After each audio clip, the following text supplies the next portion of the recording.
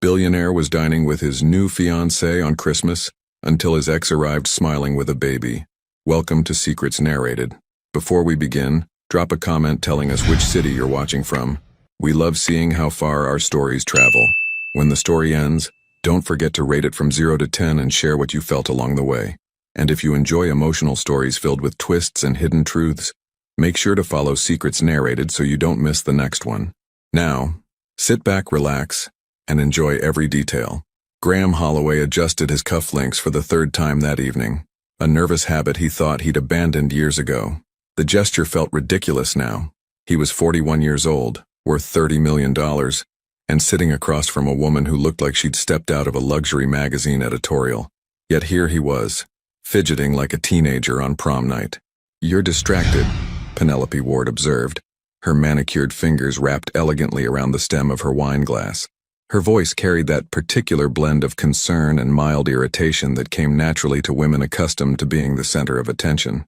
"Just thinking about the quarterly reports," Graham lied smoothly, forcing his hands to rest on the table. "Anderson wants to expand into the Midwest by March." Penelope's perfectly shaped eyebrow arched. "It's Christmas Eve, darling. Surely the Midwest can wait until Monday." She was right, of course. Penelope Ward was always right. About business timing, about social strategy, about which charities enhance their public image most effectively. At 36, she'd built her own consulting empire, and their engagement 3 months ago had been celebrated in tech circles as the merger everyone saw coming. Two self-made success stories, perfectly matched in ambition and polish. The restaurant hummed with the gentle acoustic version of Silent Night, playing through hidden speakers. Cristallo's was the kind of establishment where reservations required 6 weeks' notice, and celebrities dined without fear of harassment.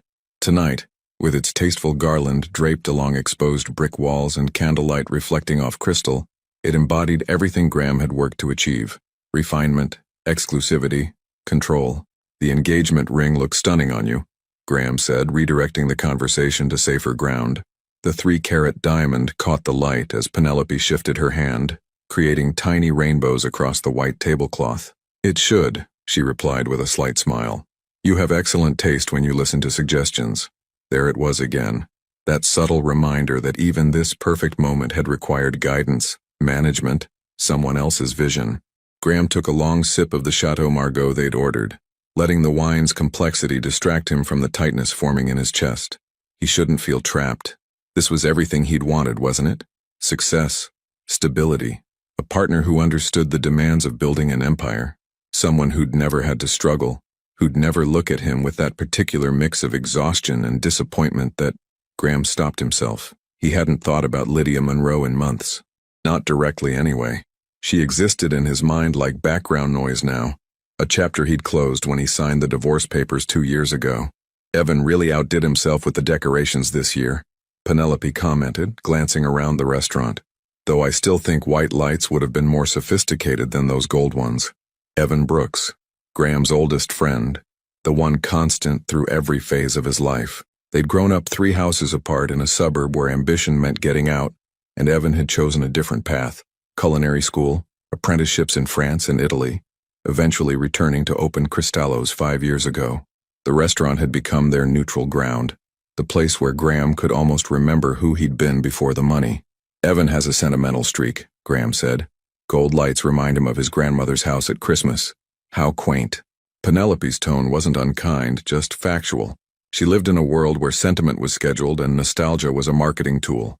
The waiter appeared with their appetizers, burrata for Penelope, beef carpaccio for Graham. As they ate, Penelope outlined her vision for their spring wedding. Outdoor ceremony, naturally. Maybe Napa. No more than 150 guests. She'd already spoken to 3 different planners. Graham nodded at appropriate intervals, contributed opinions when required, and wondered why achieving everything he'd dreamed of felt like wearing a suit tailored for someone else's body. The restaurant door opened, letting in a gust of December cold. Graham glanced up instinctively, and his entire world tilted sideways. Lydia Monroe stood in the entrance, snowflakes melting in her dark hair, her cheeks flushed from the cold. She wore a simple navy dress that Graham recognized from their marriage, the one she'd bought on sale and called her fancy occasion outfit. But it wasn't the dress that stopped his heart. It was the baby sleeping against her chest, tiny head resting in the crook of her neck, completely oblivious to the three people whose lives were about to shatter like dropped glass. Lydia's eyes found Graham's across the crowded restaurant. For 3 seconds that felt like 3 hours. Neither of them moved. Then Evan appeared behind her, his hand on her shoulder in a gesture that was clearly friendly, but could be interpreted as possessive, depending on how paranoid your perspective was. Graham watched as Evan guided Lydia toward a corner table, not close to where Graham sat but not far enough to pretend he hadn't seen her. The baby stirred and Lydia shifted him automatically, that practiced motion that mothers develop without thinking. Graham? Penelope's voice seemed to come from very far away. Do you know that woman? He should lie. Should say no or claim she looked familiar but he couldn't place her, or invent some professional connection that would satisfy Penelope's curiosity, without opening doors better left closed. Instead, Graham heard himself say, "That's my ex-wife." Penelope set down her fork with careful precision. "The one you never talk about." "Yes." "And the baby?" Graham's mouth went dry. He'd done the math the instant he'd seen Lydia. The baby looked about a year old, maybe slightly more. The timeline aligned perfectly with when they'd separated. Those last desperate months when their marriage had been dying by inches, but they'd still shared a bed occasionally, out of habit or hope or the human need for connection in the darkness. "I don't know," Graham said, and it was the truest thing he'd spoken all evening. Across the restaurant, Lydia was settling into her seat, accepting a menu from Evan with a smile that Graham recognized, the one that meant she was nervous but determined not to show it. The baby woke, and she shifted him to her lap, producing a small toy from the diaper bag that materialized from somewhere. She looked tired, beautiful, but tired in a way that Penelope, with her personal trainer and meditation coach and 8 hours of quality sleep, would never understand. This was the fatigue of someone who'd been running on determination and coffee, who'd learned to function on 4 hours of sleep and still show up, still manage, still somehow keep a tiny human alive and thriving. Graham's chest ached with a recognition he'd spent 2 years trying to forget. Lydia Monroe had always been stronger than him. "I need to speak with her," Graham said, already pushing back his chair. Penelope's hand shot out, gripping his wrist with surprising strength. "Think very carefully about what you're about to do." She wasn't wrong. Walking across this restaurant would fracture the careful reality he'd constructed. It would introduce chaos into the controlled narrative of his success story. It would force questions he wasn't prepared to answer about the cost of ambition and the people left behind when dreams finally come true. Graham pulled his wrist free as gently as he could. "I'll be right back." He wasn't sure if he was lying. What would you do if the life you built to escape your past suddenly collided with the one person who knew the truth about who you were before success found you? Graham's legs felt unsteady as he crossed the restaurant floor, weaving between tables of couples lost in their own Christmas Eve celebrations. The distance between his table and Lydia's couldn't have been more than 30 feet, but each step felt like walking through water, resistance building with every forward motion. She saw him coming. He watched her shoulders tense, watched her instinctively pull the baby closer, a protective gesture that cut deeper than any words could. When had she learned to fear him? Or was it not fear, but simply the knowledge that his presence complicated things, made simple moments difficult? Lydia. Her name came out rougher than he intended. She looked up, and Graham was struck by how much and how little had changed. Her dark hair was shorter now, cut to just below her shoulders in a practical style that probably had more to do with baby hands grabbing things than fashion. The laugh lines around her eyes had deepened, but so had something else, a weariness that hadn't been there even in their worst moments together. She'd always been beautiful in an understated way, the kind of beauty that revealed itself slowly, that you didn't notice until one day you couldn't see anything else. "Graham." Her voice was steady, neutral. The voice of someone who'd practiced this conversation in her head but never expected to actually have it. The baby, his baby, their baby, stared at Graham with wide, curious eyes. Brown eyes, like Lydia's. Dark hair that stuck up at odd angles despite obvious attempts to smooth it down. He was wearing tiny jeans and a sweater with a reindeer on it, and he held a rubber giraffe like it was the most important object in the universe. "Can we talk?" Graham asked, then immediately felt stupid. They were talking. He meant something else, something bigger, something that required privacy and time and explanations that couldn't happen in the middle of Cristallo's on Christmas Eve. Before Lydia could answer, Evan materialized beside them carrying a high chair. Thought Oliver might need this, he said, positioning it next to Lydia's seat with the ease of someone who'd done it before. Oliver. The baby had a name. Graham felt that information settle into his chest like a stone. Thanks, Ev, Lydia said softly, settling the baby into the high chair with practiced efficiency. She pulled out a small container of cut-up banana from her bag, placing a few pieces on the tray. Oliver immediately grabbed one with his chubby fist, examining it seriously before attempting to put it in his mouth. Evan looked between Graham and Lydia, reading the tension with the perception of someone who'd known them both for decades. I'll give you two a minute, he said, squeezing Lydia's shoulder before retreating toward the kitchen. Graham pulled out the chair across from Lydia without asking permission, sitting down before his knees could give out. Up close he could see the small details he'd missed from across the room. The faint stain on her dress sleeve that was probably spit up or pureed food, the chipped nail polish on her left hand, the phone case held together with clear tape. How old is he? Graham asked, his eyes fixed on Oliver, who was now methodically smashing banana pieces against the high chair tray with the focus of a tiny scientist. 16 months. Lydia's answer was quiet but clear. Graham did the math again, hoping it would somehow add up differently this time. It didn't. 16 months meant Oliver had been born in August, which meant Lydia had gotten pregnant in November or December, right before she'd left him, right when their marriage had been on life support, when they'd barely spoken except to argue about money, when Graham had been too consumed with his failing app to notice his wife was drowning. Is he mine? The question came out before Graham could stop it, blunt and graceless. Lydia's jaw tightened. Don't what? Don't ask if I have a son I knew nothing about? Don't make this about you being the victim. Her voice remained low, controlled, but Graham heard the steel beneath it. You don't get to walk over here with your expensive suit and your fiancée and act like you're the one who was wronged. Graham glanced back at his table. Penelope was watching them, her posture perfect, her expression unreadable. She was probably calculating exit strategies, damage control protocols, the best way to extract herself from what was clearly about to become very messy. I'm not. Graham stopped, reconsidered. I just need to know. Lydia was quiet for a long moment, watching Oliver successfully get a piece of banana into his mouth and grin triumphantly. She wiped his chin with a cloth from her bag, the gesture so automatic it was clear she'd done it thousands of times. Do you remember the night before Thanksgiving? She asked finally. 2 years ago? Graham did. They'd had a fight. Another fight. About the electric bill being late again. Lydia had come home from a double-shift cleaning office buildings, exhausted and frustrated, and found Graham exactly where she'd left him 12 hours earlier, at his laptop, coding, oblivious to the world. She'd said things. He'd said things. And then somehow in the darkness and the anger and the desperate need to feel something other than failure, they'd ended up in bed together. It hadn't fixed anything. By morning, the distance between them had felt wider than ever. I remember, Graham said quietly. I found out I was pregnant in January, 3 weeks after I moved out. Lydia's fingers traced the edge of Oliver's tray absently. I thought about telling you. I picked up the phone probably 20 times. Why didn't you? Lydia looked at him then, really looked at him, and Graham saw something in her eyes he'd hoped never to see. Pity. Because I remembered coming home to a dark apartment in the middle of winter. I remembered choosing between buying groceries or paying for the internet you needed for your app. I remembered asking you to please just get any job, even part-time, just to help, and you telling me I didn't understand your vision. She paused, her voice dropping even lower. I remembered feeling more alone married to you than I ever felt by myself. Each word landed like a physical blow.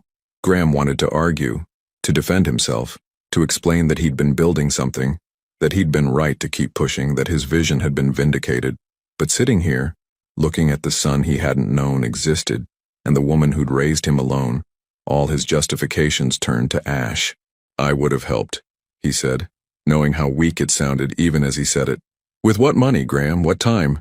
You were barely functional when I left. You were living on coffee and obsession.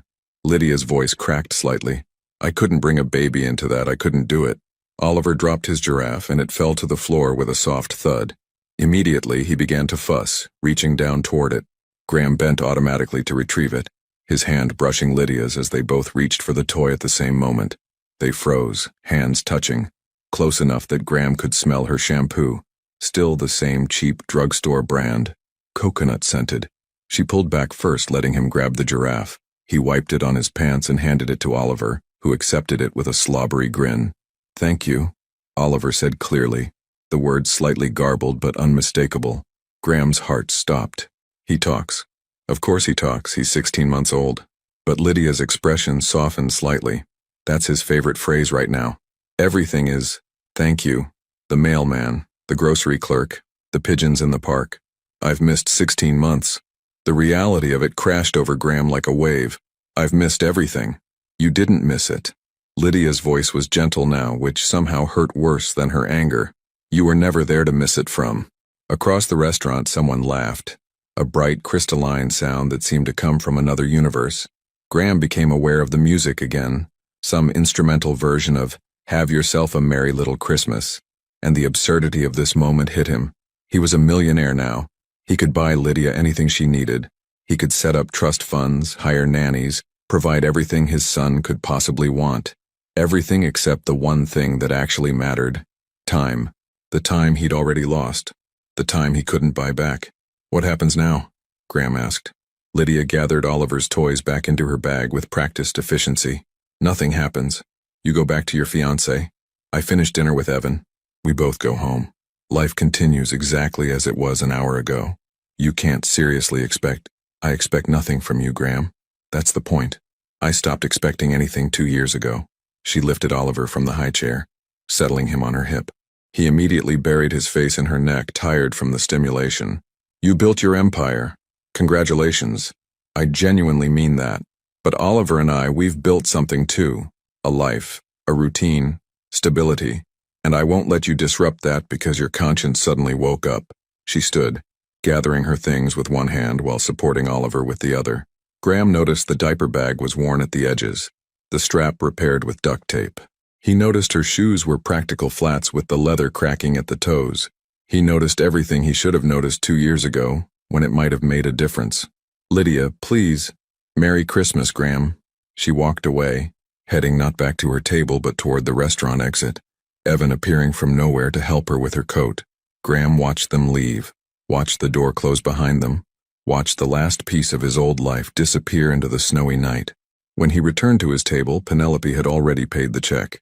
"We should talk," she said, her voice carrying the tone of someone about to deliver a carefully prepared speech.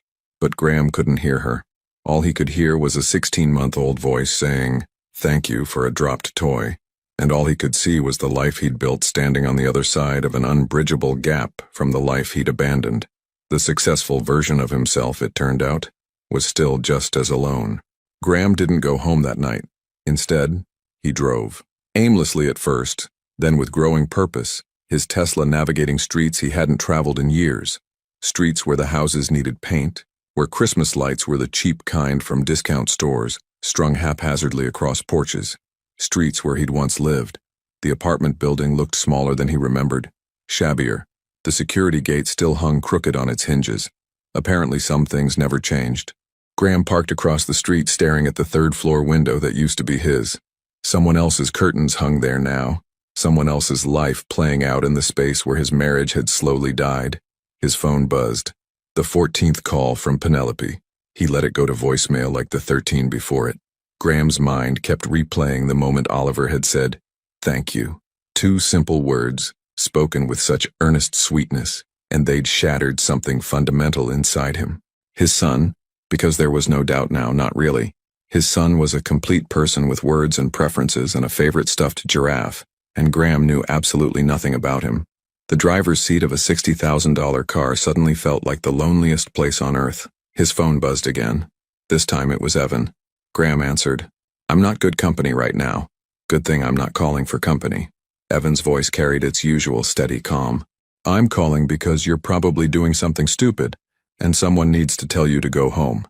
"I am home." Graham stared at the apartment building. "Or I was. I don't even know anymore." Silence on the other end. Then, "You're parked outside your old place, aren't you? How did you—" "Because I know you, Gray. And I know that look you had when Lydia walked out. You're in spiral mode." The sound of dishes clattering came through the phone. Evan was still at the restaurant, probably closing up. "Talk to me. What's going on in your head?" Graham laughed, but there was no humor in it. "I have a son. I know." "You know?" Graham's grip tightened on the steering wheel. You knew and didn't tell me? It wasn't my story to tell.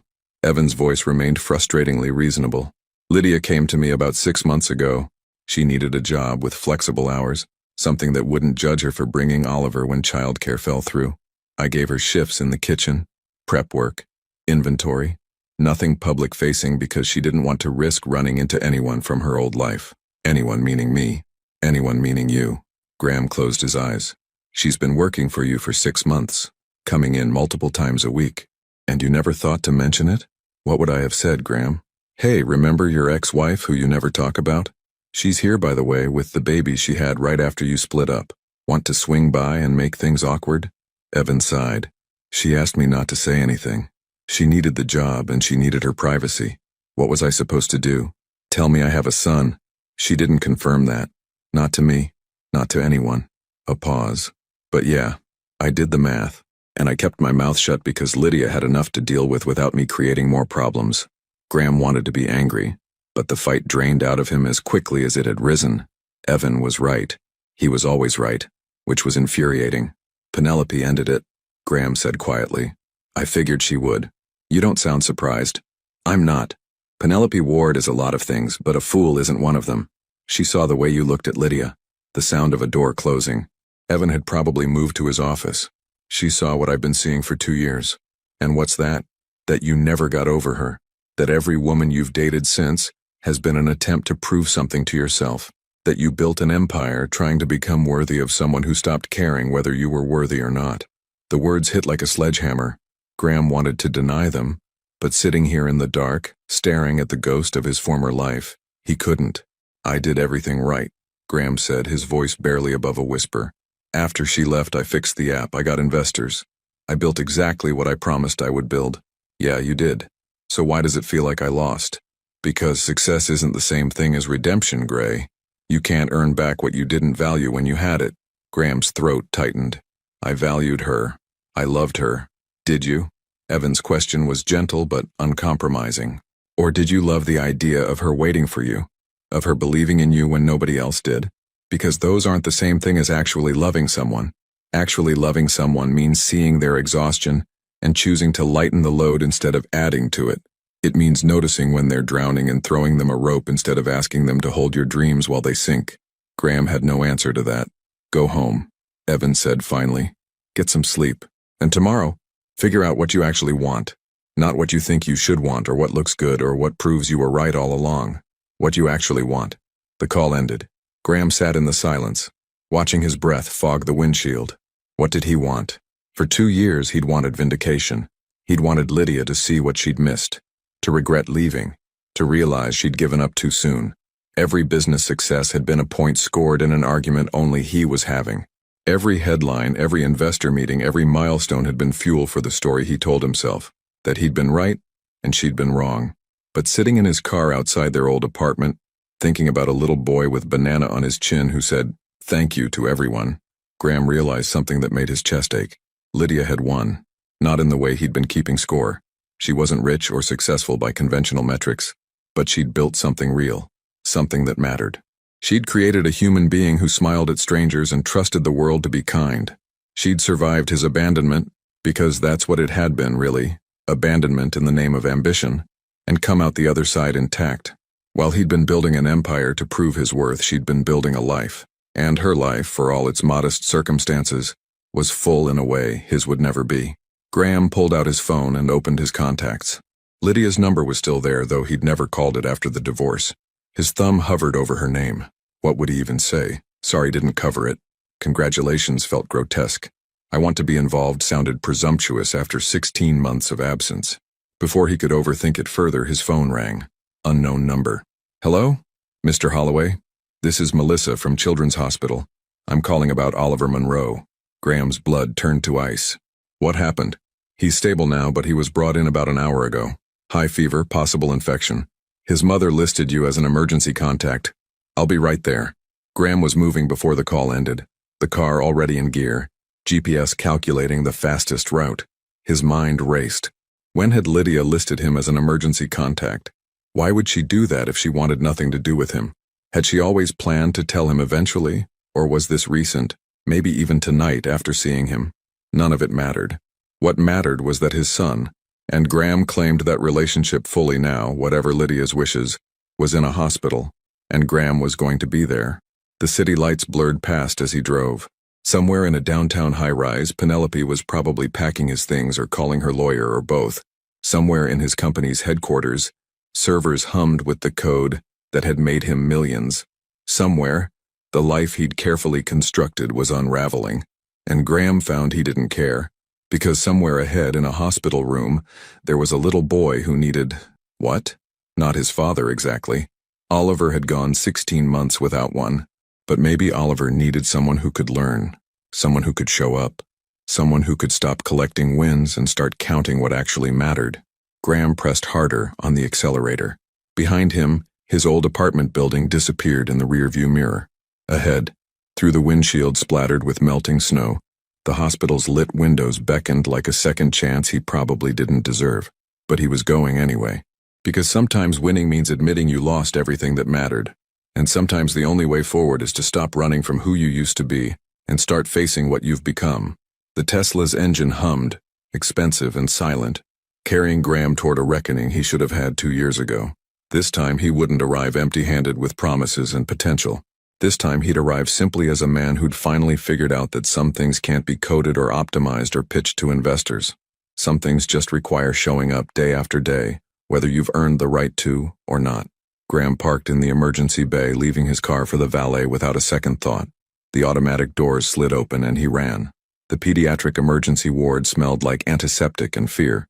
Graham burst through the automatic doors, his expensive shoes squeaking against linoleum floors that had seen too many desperate arrivals.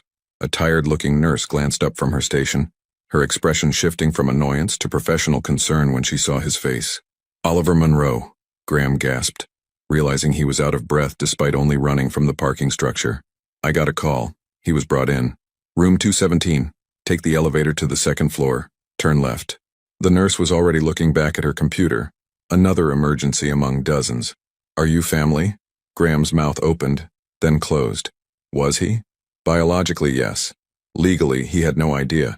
Practically, he was a stranger who'd learned his son existed approximately 2 hours ago.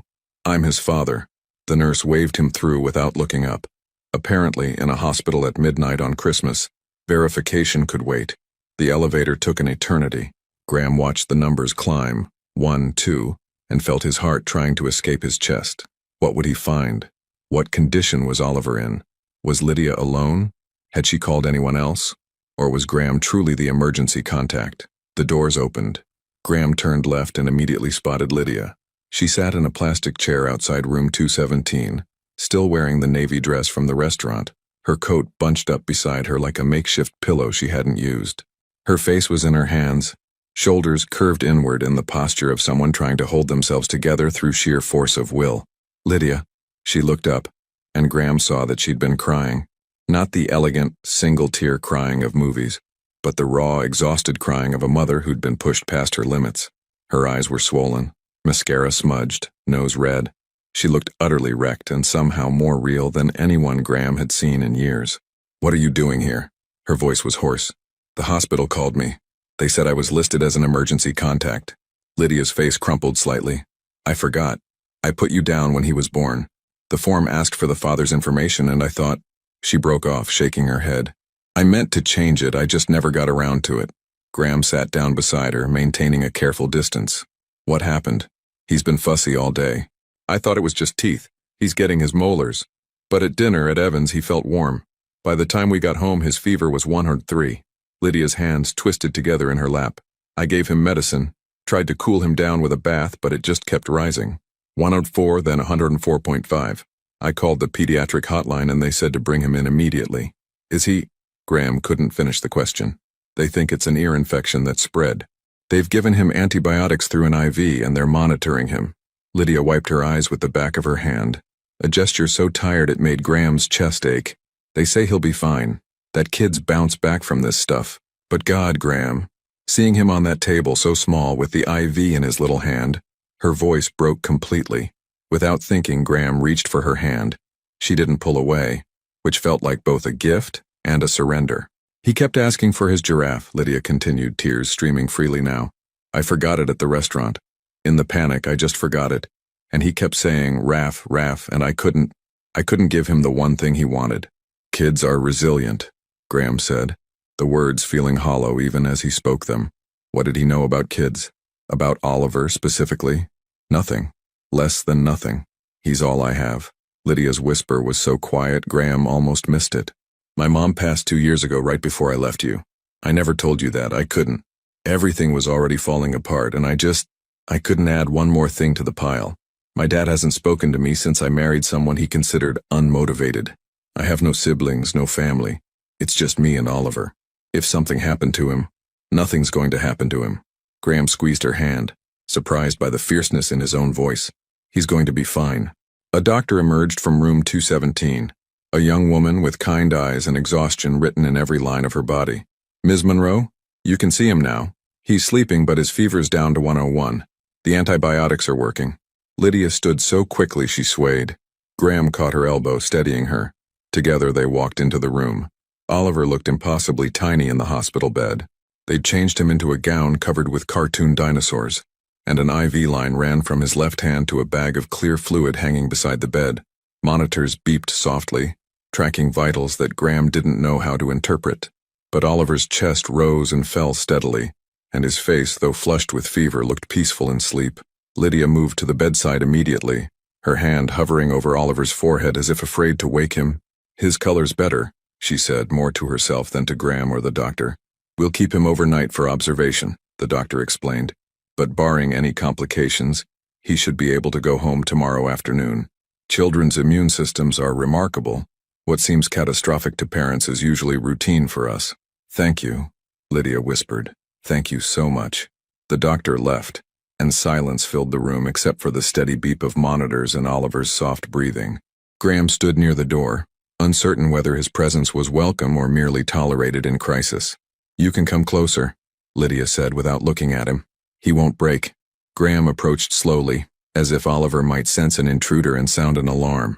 Up close, he could see the features he'd missed in the restaurant, the shape of Oliver's nose, which was Graham's nose, the set of his ears, the way his hair grew in a small cowlick at the crown, exactly like Graham's did before expensive haircuts trained it into submission.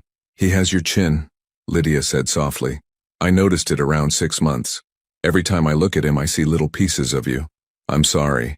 The words burst out of Graham before he could stop them. For everything. For not being there. For not knowing. For being so obsessed with failing that I didn't notice my marriage was dying. For making you carry everything alone. Stop. Lydia's voice was gentle but firm. She finally looked at him, her eyes still red but clearer now. We can't do this here. Not now. I don't have the energy for apologies or explanations or whatever this is. Then when? I don't know. Maybe never. She turned back to Oliver, her hand finally settling on his forehead, checking his temperature with the practiced touch of someone who'd done it 1,000 times. You have your life, Graham. Your success, your big house, your fancy car. I saw it all over the business section last year. Youngest tech CEO to break 20 million in revenue, or something like that. 30 million. But it doesn't matter? Lydia's laugh was bitter. Of course it matters. You won. You did exactly what you said you'd do. You proved everyone wrong. She gestured at the hospital room, at their sleeping son, at herself in her worn dress and taped-together phone case. This is what winning looks like for you. Vindication, success, everything you sacrificed for. I didn't know I was sacrificing him. You sacrificed me, Graham. That was enough. Lydia's voice cracked. You chose your dream over your wife. That's what happened. You can dress it up however you want, call it ambition or vision or believing in yourself, but at the end of the day, you looked at our marriage and you looked at your app, and you chose the app. Graham had no defense because she was absolutely right. He had chosen. Every day he'd stayed home coding instead of looking for work. Every bill she'd paid alone. Every night she'd come home exhausted to find him exactly where she'd left him, lost in his own world. Every choice had been the same choice, made over and over until there was nothing left to choose. I was wrong, he said simply. Yeah, you were. Lydia wiped her eyes again, then straightened her shoulders in a visible effort to pull herself together. But that doesn't change anything.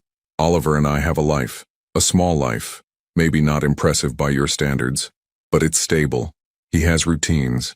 He knows his world is safe. And I won't, let you disrupt that because you suddenly feel guilty. He deserves to know his father. He deserves a father who shows up, not a father who feels obligated to show up because of a chance encounter at a restaurant. Lydia's eyes were fierce now, maternal protection overriding exhaustion. You don't get to waltz in and play daddy when it's convenient. That's not how this works. Then tell me how it works. Tell me what I need to do. Before Lydia could answer, Oliver stirred. His eyes fluttered open, unfocused and confused.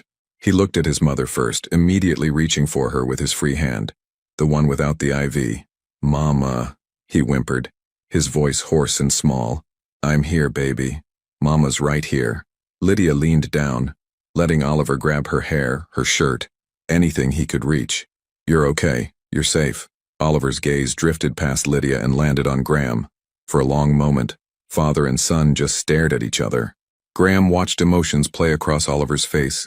Confusion, curiosity, a flicker of recognition from the restaurant, uncertainty.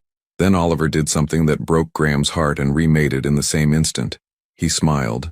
Not a big smile, not trusting or certain, just a small, sleepy, feverish smile that said, "You're here. That's nice." "Hi," Graham whispered, his voice betraying him completely. Oliver yawned, nuzzling back into his pillow, his eyelids already drooping. Within seconds, he was asleep again, one hand still clutching Lydia's sleeve. Lydia looked at Graham, and something in her expression had shifted. Not forgiveness. It was far too soon for that, if forgiveness was even possible, but maybe a crack in the armor, a hairline fracture that suggested she wasn't entirely made of stone. "There's a chair that converts to a cot," she said quietly, gesturing to the corner. "If you want to stay." Graham looked at the chair, then at Oliver, then at Lydia. "Do you want me to stay?" "I don't know what I want anymore, but—" She paused, choosing her words carefully. Oliver might wake up scared, and having two people here instead of one might help him feel safer. It wasn't an invitation. It wasn't reconciliation. It was simply a practical observation from a mother too exhausted to maintain her walls. But it was something. "I'll stay," Graham said. He pulled the chair closer to the bed, careful not to crowd Lydia's space. As the night deepened and the hospital quieted, three people settled into an uneasy vigil. A mother who'd carried everything alone, a father who'd arrived too late, and a little boy who slept through the silent negotiation of his future, unaware that his mere existence was rewriting the story of two people who'd thought their chapter was closed. Outside, snow continued to fall on Christmas morning, covering the city in white silence. Inside room 217, monitors beeped their steady rhythm, and Graham Holloway began the longest night of his life, the first of many where success meant nothing more than being present. Graham woke to the sound of a child laughing. For a disoriented moment, he couldn't place where he was. The cot-chair hybrid had left him with a crick in his neck, and his expensive suit was rumpled beyond recognition. Then reality assembled itself. Hospital room monitors still beeping, early morning light filtering through vertical blinds, and Oliver, sitting up in bed, giggling at something on Lydia's phone. "Again?" Oliver demanded, his voice still raspy but infinitely healthier than it had been 6 hours ago. "Again, Mama?" Lydia, looking only marginally more rested than Graham felt, replayed whatever video had captured her son's attention. She sat on the edge of Oliver's bed, her hair loose and tangled, yesterday's makeup completely gone. She'd removed her shoes at some point during the night, and Graham could see a hole in her left sock, right at the big toe. She was beautiful. The thought hit Graham with unexpected force. Not beautiful in the polished, carefully curated way that Penelope had been beautiful. Lydia looked exhausted and rumpled and completely undone, and somehow that made her more striking than any woman Graham had seen in years. "You're awake," Lydia said, noticing him. Her tone was neutral, carefully void of either welcome or rejection. "What time is it?" "Almost 7. Oliver woke up about 20 minutes ago. Fever's down to 99. She smoothed Oliver's hair automatically. "The doctor should be by soon to check him." Oliver looked over at Graham, his expression curious but wary. In the daylight, Graham could see more clearly how much of himself existed in this little person. The shape of the eyes, the way his eyebrows drew together when concentrating, even the way he tilted his head when considering something new. "Hi, Oliver," Graham said softly, unsure of the protocol for greeting a son who didn't know you were his father. Oliver studied him for a long moment, then looked at Lydia. "Mama, who?" "This is Graham," Lydia said, hesitating over how to explain. He's a friend of Mama's. Friend felt like both a generous lie and a devastating truth. Graham swallowed the urge to correct her, to claim his rightful title. This wasn't about his rights. This was about a confused toddler recovering from an infection who didn't need adult complications layered onto his fear. "Hi, Graham," Oliver repeated, testing out the name. Then, with the startling directness of small children, "You slept in the chair?" "I did. It wasn't very comfortable." Oliver found this hilarious, dissolving into giggles that made his IV line wobble. Lydia steadied it with practiced ease, and Graham wondered how many times she'd had to develop these little skills. Stabilizing IV lines, knowing which videos made Oliver laugh, reading his temperature by touch alone. 16 months of moments he'd missed. 16 months of knowledge he'd never have. A nurse entered, bringing breakfast, if the term could be applied to whatever pale institutional food sat on the divided tray. Oatmeal for Oliver, which he eyed with deep suspicion. "No like it," Oliver announced firmly. "You need to eat something, baby," Lydia coaxed. "Just a few bites?" "No, thank you." Oliver's impeccable manners somehow made his refusal more definitive. Lydia sighed, and Graham recognized that particular exhaustion, the kind that came from negotiating with a tiny, stubborn human who had somehow mastered the art of polite defiance. "What does he usually eat for breakfast?" Graham asked. Lydia glanced at him, surprised he'd asked. "Banana pancakes. I make them from scratch. Mashed banana, eggs, a little flour. He'll eat 3 if I let him." An idea formed. What if I went and got supplies? I could make them here. Does the hospital have a family kitchen? "They do, but—" Lydia stopped, seeming to recalibrate her automatic rejection. "You know how to make pancakes?" "I taught myself to cook after you left." Graham saw her expression shift, something complicated passing through her eyes. "Turns out when you're working 18-hour days and living alone, takeout gets old. I started with basics. Pancakes were weak too. It was a small detail, but Graham watched it land. In Lydia's mental catalog of who he'd been, the man who couldn't be bothered to contribute to household survival, this didn't fit. He could see her trying to reconcile the Graham who'd let her pay every bill with the Graham who'd learned to feed himself. "The family kitchen is on this floor," she said finally. "Room 240. But you'll need— Make me a list. I'll have everything delivered in 30 minutes. Lydia's eyebrow raised. "Delivered to a hospital? I have an assistant who can make anything happen. Well, had. Penelope probably fired her by now." Graham pulled out his phone, then paused. "Unless you'd rather I didn't? I'm not trying to overstep. I just thought banana pancakes would be good." Lydia's voice was quiet. "He needs to eat something." 25 minutes later, a courier arrived with organic bananas, free-range eggs, artisanal flour, and a whisk that probably cost more than Lydia spent on groceries in a week.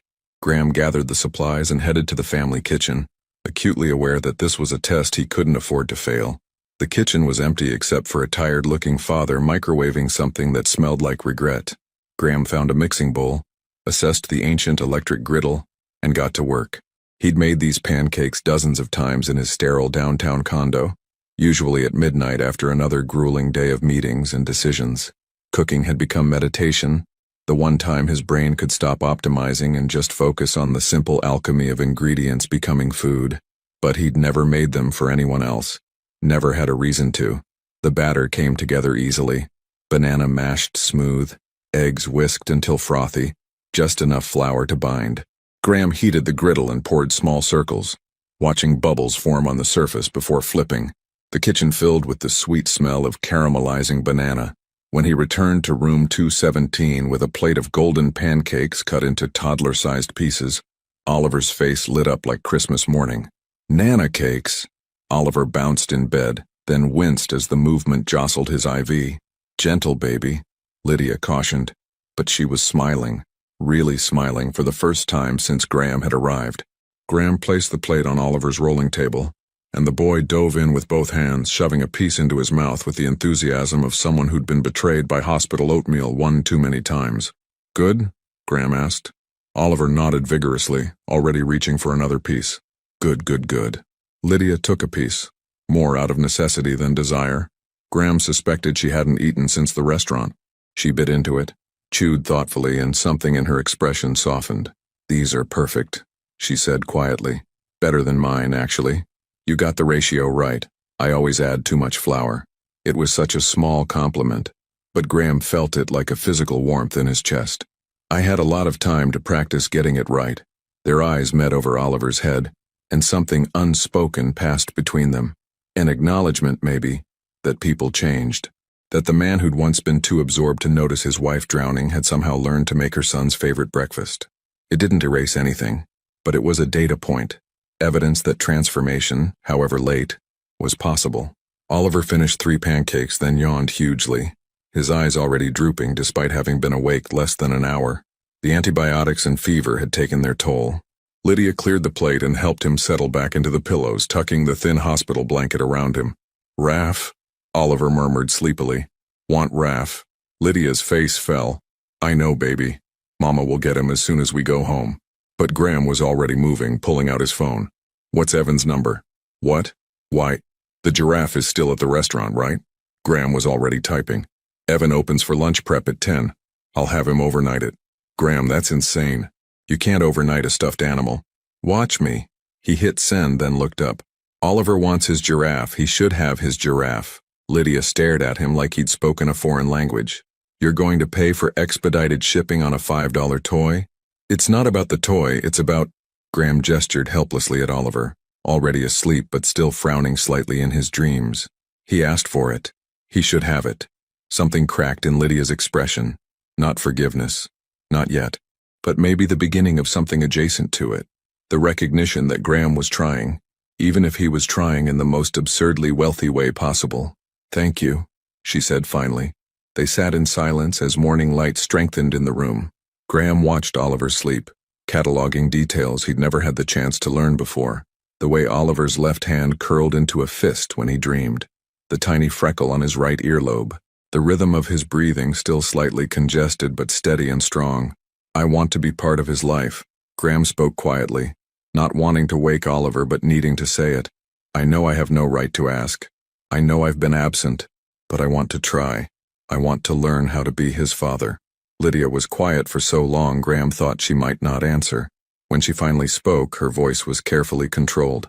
"You don't just get to be a father because you decided it's time. It doesn't work that way." "Then tell me how it works, please. I know I can't make up for lost time. I know I can't undo 16 months of absence. But going forward, let me be present going forward." "And what happens when being present gets inconvenient?" Lydia's question cut straight through to the fear underneath everything. "When Oliver has a meltdown in the grocery store and you have an important meeting. When he's sick at 3 a.m. and you're exhausted? When being a father means sacrifice instead of just showing up with expensive pancakes and overnight delivery?" "I don't know," Graham admitted. "I've never done this before. I'll probably screw it up constantly. But I want to try. Isn't that worth something? Wanting to try is easy. Actually trying is hard. And I won't let you practice on my son just to make yourself feel better about your choices." The doctor chose that moment to arrive, breaking the tension with a cheerful professionalism that felt jarring. She examined Oliver quickly, declared him on the mend, and confirmed he could be discharged after lunch if his temperature stayed stable. After she left, Lydia stood and stretched, her back cracking audibly. "I need coffee. Real coffee, not hospital coffee. There's a decent place 2 blocks away. I'll get it. What do you want?" "Graham, you don't have to." "I want to. Tell me your order." Lydia studied him, weighing something in her mind. Finally, "Medium dark roast. Splash of cream. 1 sugar." Graham nodded, committing it to memory like the most important data he'd ever received. "I'll be back in 20 minutes. Graham?" Lydia's voice stopped him at the door. "Get something for yourself, too. You look like you haven't eaten in days." It was such a small thing, the kind of casual concern that people in relationships offered each other constantly.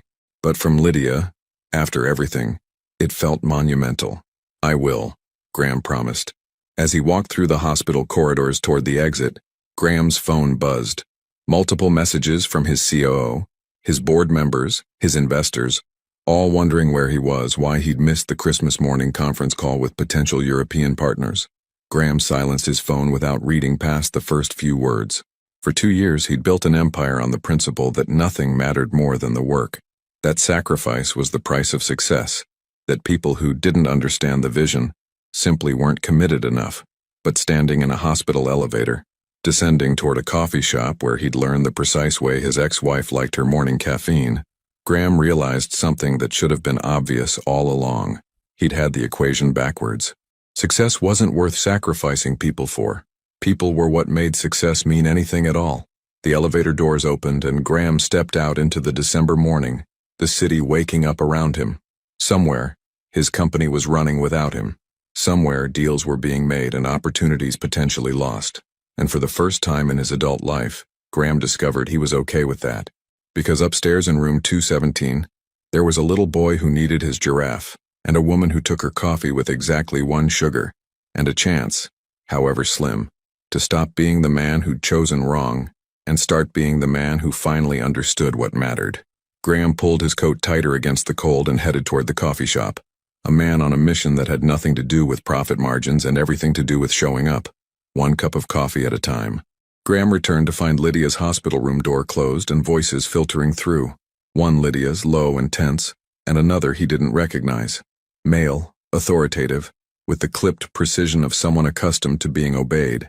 He hesitated, coffee cups warming his hands, uncertainty freezing him mid-step. Then Oliver's cry cut through the door, not hurt, but distressed, and Graham's hesitation evaporated. He pushed the door open. A man stood near Oliver's bed, tall and severe in a charcoal suit that probably cost more than Graham's. Late 50s, silver hair perfectly styled, the kind of posture that came from decades of looking down at people. He held a leather briefcase in one hand, and an expression of distaste on his face as he surveyed the hospital room. Lydia stood between the man and Oliver, her body language screaming protection. Oliver clung to her leg, peeking around at the stranger with obvious fear. "Who are you?"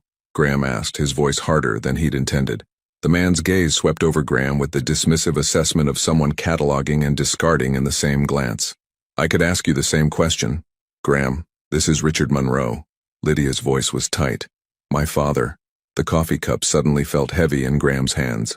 Lydia's father, the man who'd cut her off for marrying someone unmotivated, who hadn't spoken to his daughter in over 7 years, who'd missed his grandson's entire existence. "Mr. Monroe," Graham said, offering nothing more. Richard's attention snapped back to Lydia. "You didn't answer my question.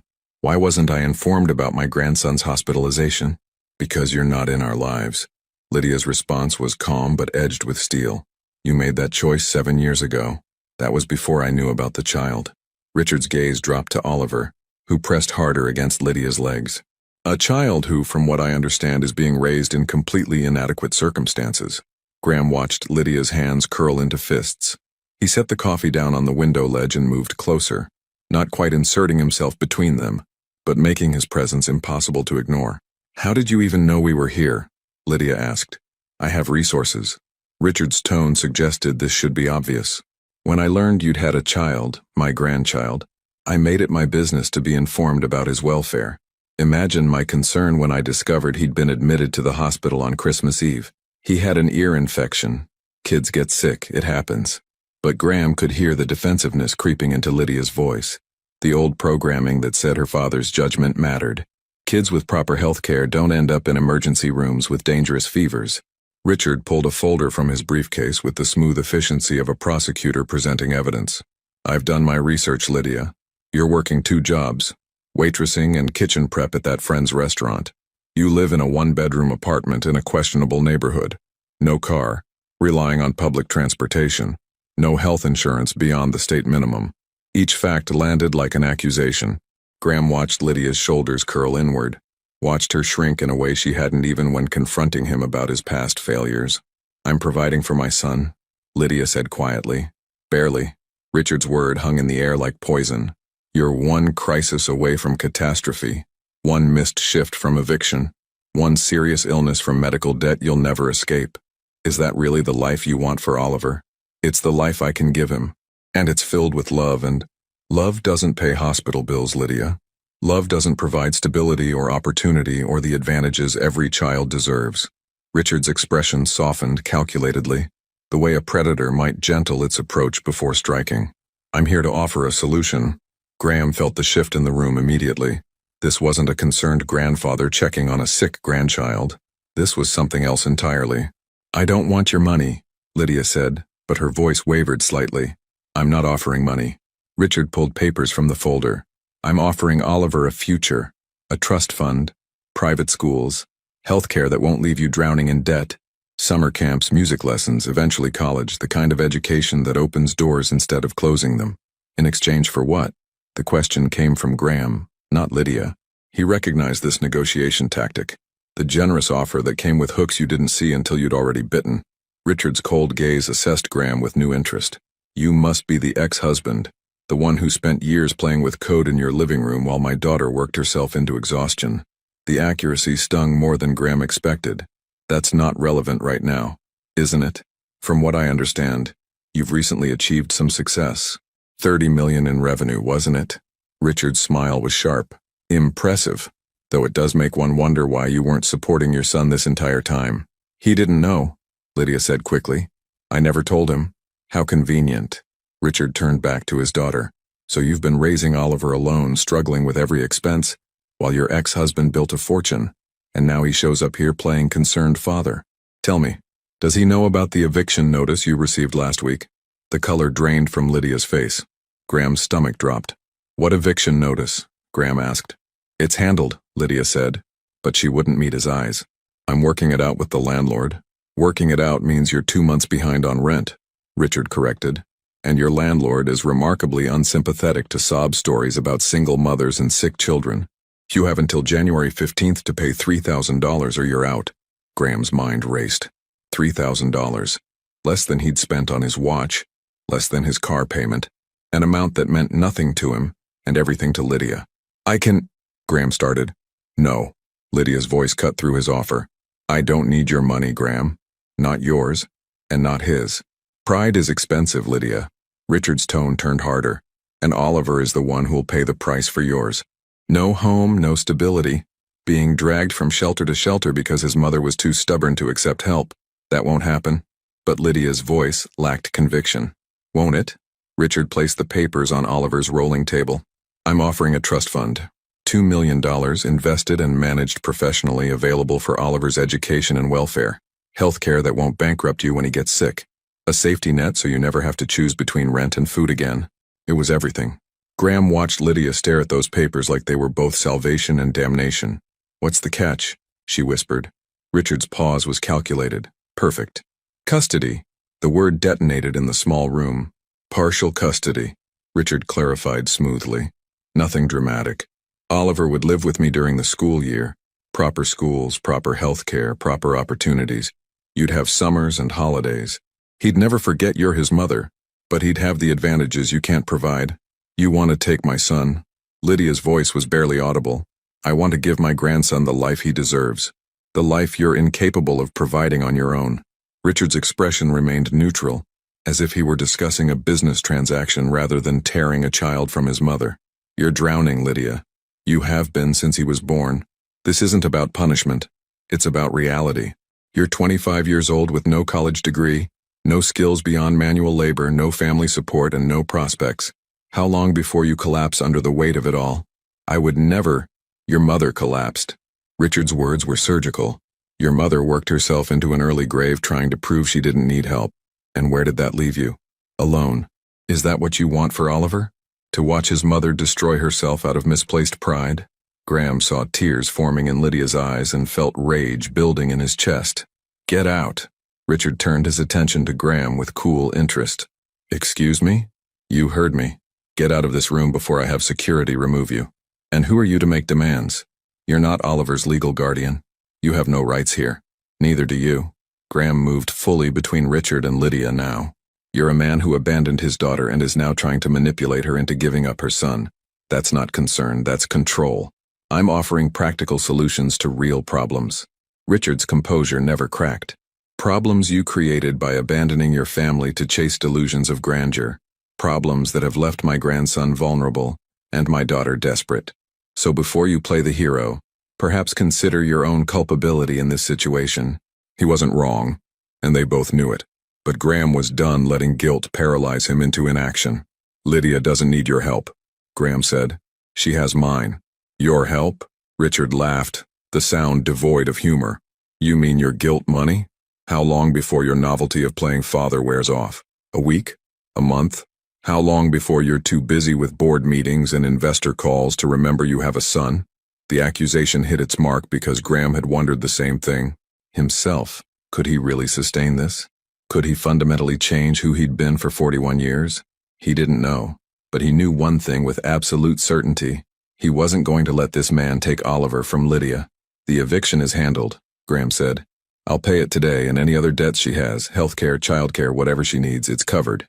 Graham, no, Lydia started. Not because I'm trying to buy anything, Graham continued, his eyes still locked on Richard, but because Oliver is my son, and supporting him is my responsibility, one I should have been handling all along. Richard assessed this new dynamic with calculating eyes. How noble, though I notice you haven't addressed the fundamental issue. Lydia still has no real income, no career prospects, no long-term stability. Your generosity might solve today's crisis, but what about tomorrow's? Or next year's? Children require more than periodic financial interventions. They require consistency. They require love, Lydia said, her voice stronger now. They require a parent who shows up, who knows their favorite foods and their fears and the songs that help them sleep. They require someone who sees them as a person, not an investment portfolio. Love doesn't provide opportunity. Opportunity without love creates wealthy, miserable adults. Lydia picked up Oliver, who'd been watching this entire exchange with wide, frightened eyes. You gave me every advantage money could buy, and you were never there. Not for school plays or bad dreams or the hard conversations. You were building your empire, and when I chose to marry someone you didn't approve of, you cut me off completely. That's what your kind of opportunity looks like. For the first time, Richard's composure cracked slightly. I did what I thought was best. No, you did what was easiest, and I won't let you do the same thing to Oliver that you did to me. Lydia's voice shook but held firm. I may not have money, or prestigious schools or a trust fund, but Oliver knows he's loved. He knows he's safe. He knows his mother would burn down the world before letting anyone hurt him, and no amount of money is worth trading that away. Richard's jaw tightened. He gathered his papers with sharp, precise movements. You're making a mistake. When you're facing eviction, when Oliver needs medical care you can't afford, when you're exhausted and drowning and have nowhere to turn, remember this moment. Remember that pride got in the way of practical solutions. I'll remember, Lydia said quietly. I'll remember that my father tried to buy his way into being a grandfather instead of earning it. Richard's expression hardened into something cold and final. Don't come to me when this all falls apart. I offered you a lifeline. I won't offer it again. He left without another word, the door clicking shut behind him with ominous finality. The silence that followed felt crushing. Oliver whimpered, sensing the tension, and Lydia bounced him automatically while tears finally spilled down her cheeks. Lydia, Graham started. You shouldn't have done that, she whispered. You shouldn't have offered to pay my debts. That's not your responsibility.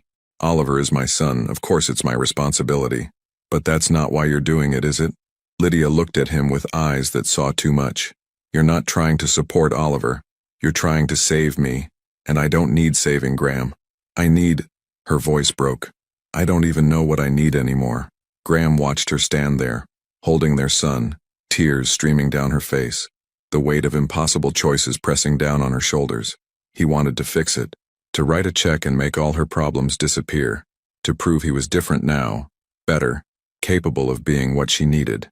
But maybe that was still the same impulse that had destroyed their marriage, the belief that his solutions were what mattered, regardless of what she actually wanted. Tell me what you need, Graham said quietly. Not what I think you should need. Not what your father thinks or what makes sense on paper. What do you actually need? Lydia looked at him for a long moment, Oliver's head resting on her shoulder, her world balanced on a knife's edge between pride and desperation. I need time, she finally said. I need to think. I need to figure out how to accept help without losing myself in the process. It wasn't an answer, but it wasn't a rejection either. How much time? Graham asked. I don't know. But Graham, she paused, choosing words carefully. If you really want to help, if you really want to be Oliver's father, it can't be just when it's convenient. It can't be grand gestures and money and fixing problems from a distance. It has to be showing up, every day, even when it's boring or hard or doesn't make you feel like a hero. I can do that. Can you? Lydia's question wasn't cruel, just honest. Because I've heard promises before. I've believed in potential before. And I can't do that again. Not for me and especially not for Oliver. Before Graham could answer, his phone buzzed. Then again. And again. He glanced at the screen. His CFO, calling for the 8th time. The European deal was probably falling apart. Investors were probably panicking. His absence was probably costing the company millions. 2 weeks ago, 1 week ago, even yesterday, Graham would have answered that call, would have prioritized the emergency, managed the crisis, put out the fire. Because that's what successful people did. They showed up when it mattered. Graham silenced his phone without reading the messages. "I can do it," he said, meeting Lydia's eyes. "I don't know if I'll be good at it. I don't know if I'll do everything right. But I can show up. Every day. Starting now." Lydia studied him, weighing his words against his history, hope against experience. Finally, almost imperceptibly, she nodded. It wasn't trust. It wasn't forgiveness. But it was a crack in the door. A possibility. And for now, that was enough. 3 weeks after the hospital, Graham learned that fatherhood wasn't measured in grand gestures. It was measured in Cheerios. No, not like that. Oliver shook his head with the solemn authority of someone who understood the cosmic importance of breakfast cereal placement. Other bowl. Graham stared at the 2 identical bowls on Lydia's kitchen counter. Both white, both ceramic, both perfectly capable of holding Cheerios. "They're the same bowl, buddy." "Other bowl." Oliver pointed insistently at the one on the right. Lydia, pulling on her jacket for her morning shift at Evans, didn't even look up. "The right bowl is the dinosaur bowl. There's a tiny stegosaurus on the bottom. He likes to eat until he finds it." Graham peered into the bowl. Sure enough, a miniature stegosaurus was painted on the bottom, barely visible. He transferred the Cheerios to the correct bowl, feeling both foolish and strangely proud that he'd now learned something essential about his son's breakfast requirements. "Dinosaur bowl," Oliver confirmed happily, climbing into his booster seat. These were the details Graham was learning. That Oliver only ate bananas if they had just a little brown. That he needed his giraffe to nap but his elephant to sleep at night. That 1 more story meant exactly 3 more stories, and trying to negotiate down to 2 resulted in a meltdown that could last 45 minutes. The learning curve was steep, but Graham was climbing it. Lydia had agreed to let him help, cautiously with boundaries so clear they might as well have been electrified fences. Graham could visit in the mornings before she left for work. He could take Oliver to the park on Tuesday and Thursday afternoons. He could contribute financially, but only through a separate account Lydia controlled, and only for Oliver's expenses. He could not show up unannounced. He could not make decisions about Oliver's care without consulting her. He could not, under any circumstances, try to upgrade their life without permission. That last rule had been added after Graham tried to pay off her entire lease and move them to a better apartment. Lydia had returned the check uncashed and didn't speak to him for 3 days. Graham was learning that helping meant listening, not fixing. "You working the lunch shift?" Graham asked, pouring milk into the dinosaur bowl. "Lunch and dinner." Evans short-staffed because of New Year's. Lydia grabbed her bag, the same worn one from the hospital, still held together with duct tape. Graham had tried to buy her a new one. She'd refused. "I'll be back by 9. Oliver's dinner is in the fridge. Mac and cheese, his favorite. Don't heat it too hot, test it on your wrist first. Bath at 7, books at 7:30, bed by 8. Got it." Graham had these instructions written on his phone, backed up in 3 places, practically memorized. "We'll be fine." Lydia hesitated at the door, that familiar flicker of uncertainty crossing her face. Leaving Oliver with Graham still felt unnatural to her, like trusting a stranger with her most precious possession, which, Graham supposed, he essentially was. "Call me if anything." "I will." Graham had learned not to be offended by her anxiety. "Go. We've got this." After she left, the apartment seemed both smaller and larger. Smaller because Graham's presence filled it. He was too tall for the low ceilings, too broad for the narrow hallway. Larger because it was just him and Oliver, and the weight of that responsibility made the space feel infinite. Oliver ate his Cheerios with intense concentration, fishing out each one individually and examining it before eating. Graham watched him, marveling at how this tiny person could make the simple act of breakfast into a scientific study. "Daddy, look." Oliver held up a Cheerio triumphantly. "Circle." "Daddy." The word still landed like a physical impact every time Oliver said it. It had started a week ago. Oliver had simply decided that Graham was Daddy, and that was that. No ceremony, no explanation. Just a child's straightforward logic. This man shows up, therefore this man is Daddy. Lydia had cried when she heard it. Graham couldn't tell if they were happy tears or sad ones. Maybe both. "That's a very good circle," Graham agreed seriously. They finished breakfast and Graham cleaned Oliver up. a process that somehow resulted in more milk on Graham's shirt than in Oliver's stomach. Then came the negotiation over clothes. "No pants," Oliver declared. "Buddy, we have to wear pants to the park." "No pants." Oliver's voice rose to that pitch that Graham had learned meant a tantrum was approximately 30 seconds away. Graham thought fast. "What if we wear the dinosaur pants? The ones with the T-Rex?" Oliver considered this. "And dinosaur shirt? Deal." Crisis averted. Graham was getting better at this.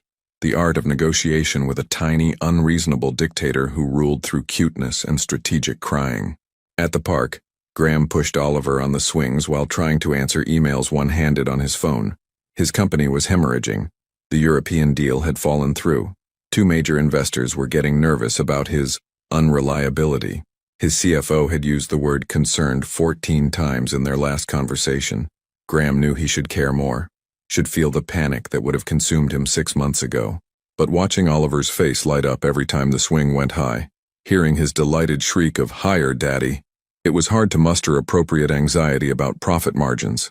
"Mr. Holloway?"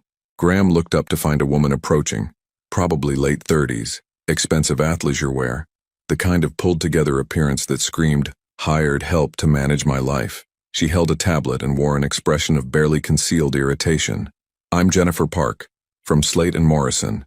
She didn't offer her hand, possibly because Graham was currently pushing a toddler on a swing. "We've been trying to reach you about the Anderson merger. You missed 3 scheduled calls." Graham's stomach sank. Slate & Morrison were the legal team handling his company's biggest acquisition. Missing their calls wasn't just unprofessional, it was potentially catastrophic. "I apologize. Things have been complicated." "Yes, we're aware."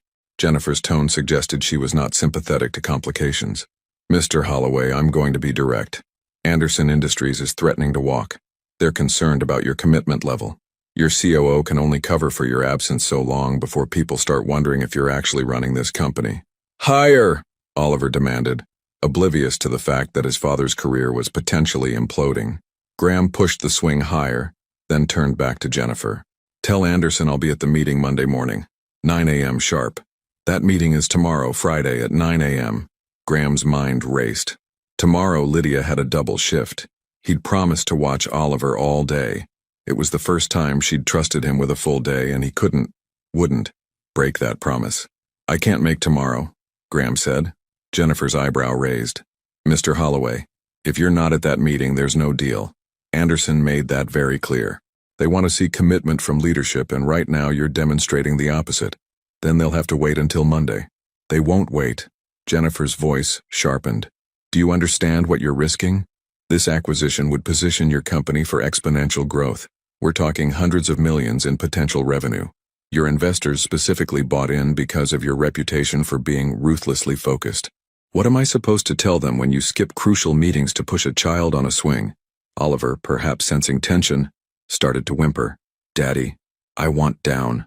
Graham lifted Oliver from the swing, settling him on his hip. The boy immediately buried his face in Graham's neck. That particular gesture that meant he was tired and needed comfort. "Tell them I'll be available Monday," Graham said quietly. "And if that's not acceptable, then perhaps Anderson Industries isn't the right partnership for us." Jennifer stared at him like he'd spoken in tongues. "You're willing to torpedo a deal worth hundreds of millions because you can't find childcare for one day?" "I'm not looking for childcare. I'm being a father." Graham adjusted Oliver's weight, the boy growing heavier as he relaxed into sleep. "And yes, I'm willing to let the deal wait. If Anderson can't respect that leadership means showing up for all your commitments, not just the profitable ones, then they're not people I want to be in business with. This is career suicide." Jennifer's voice dropped to something almost like concern. "Your board is already discussing replacing you. Your investors are losing confidence. One more misstep and you'll be ousted from your own company." Graham felt that information settle into his chest.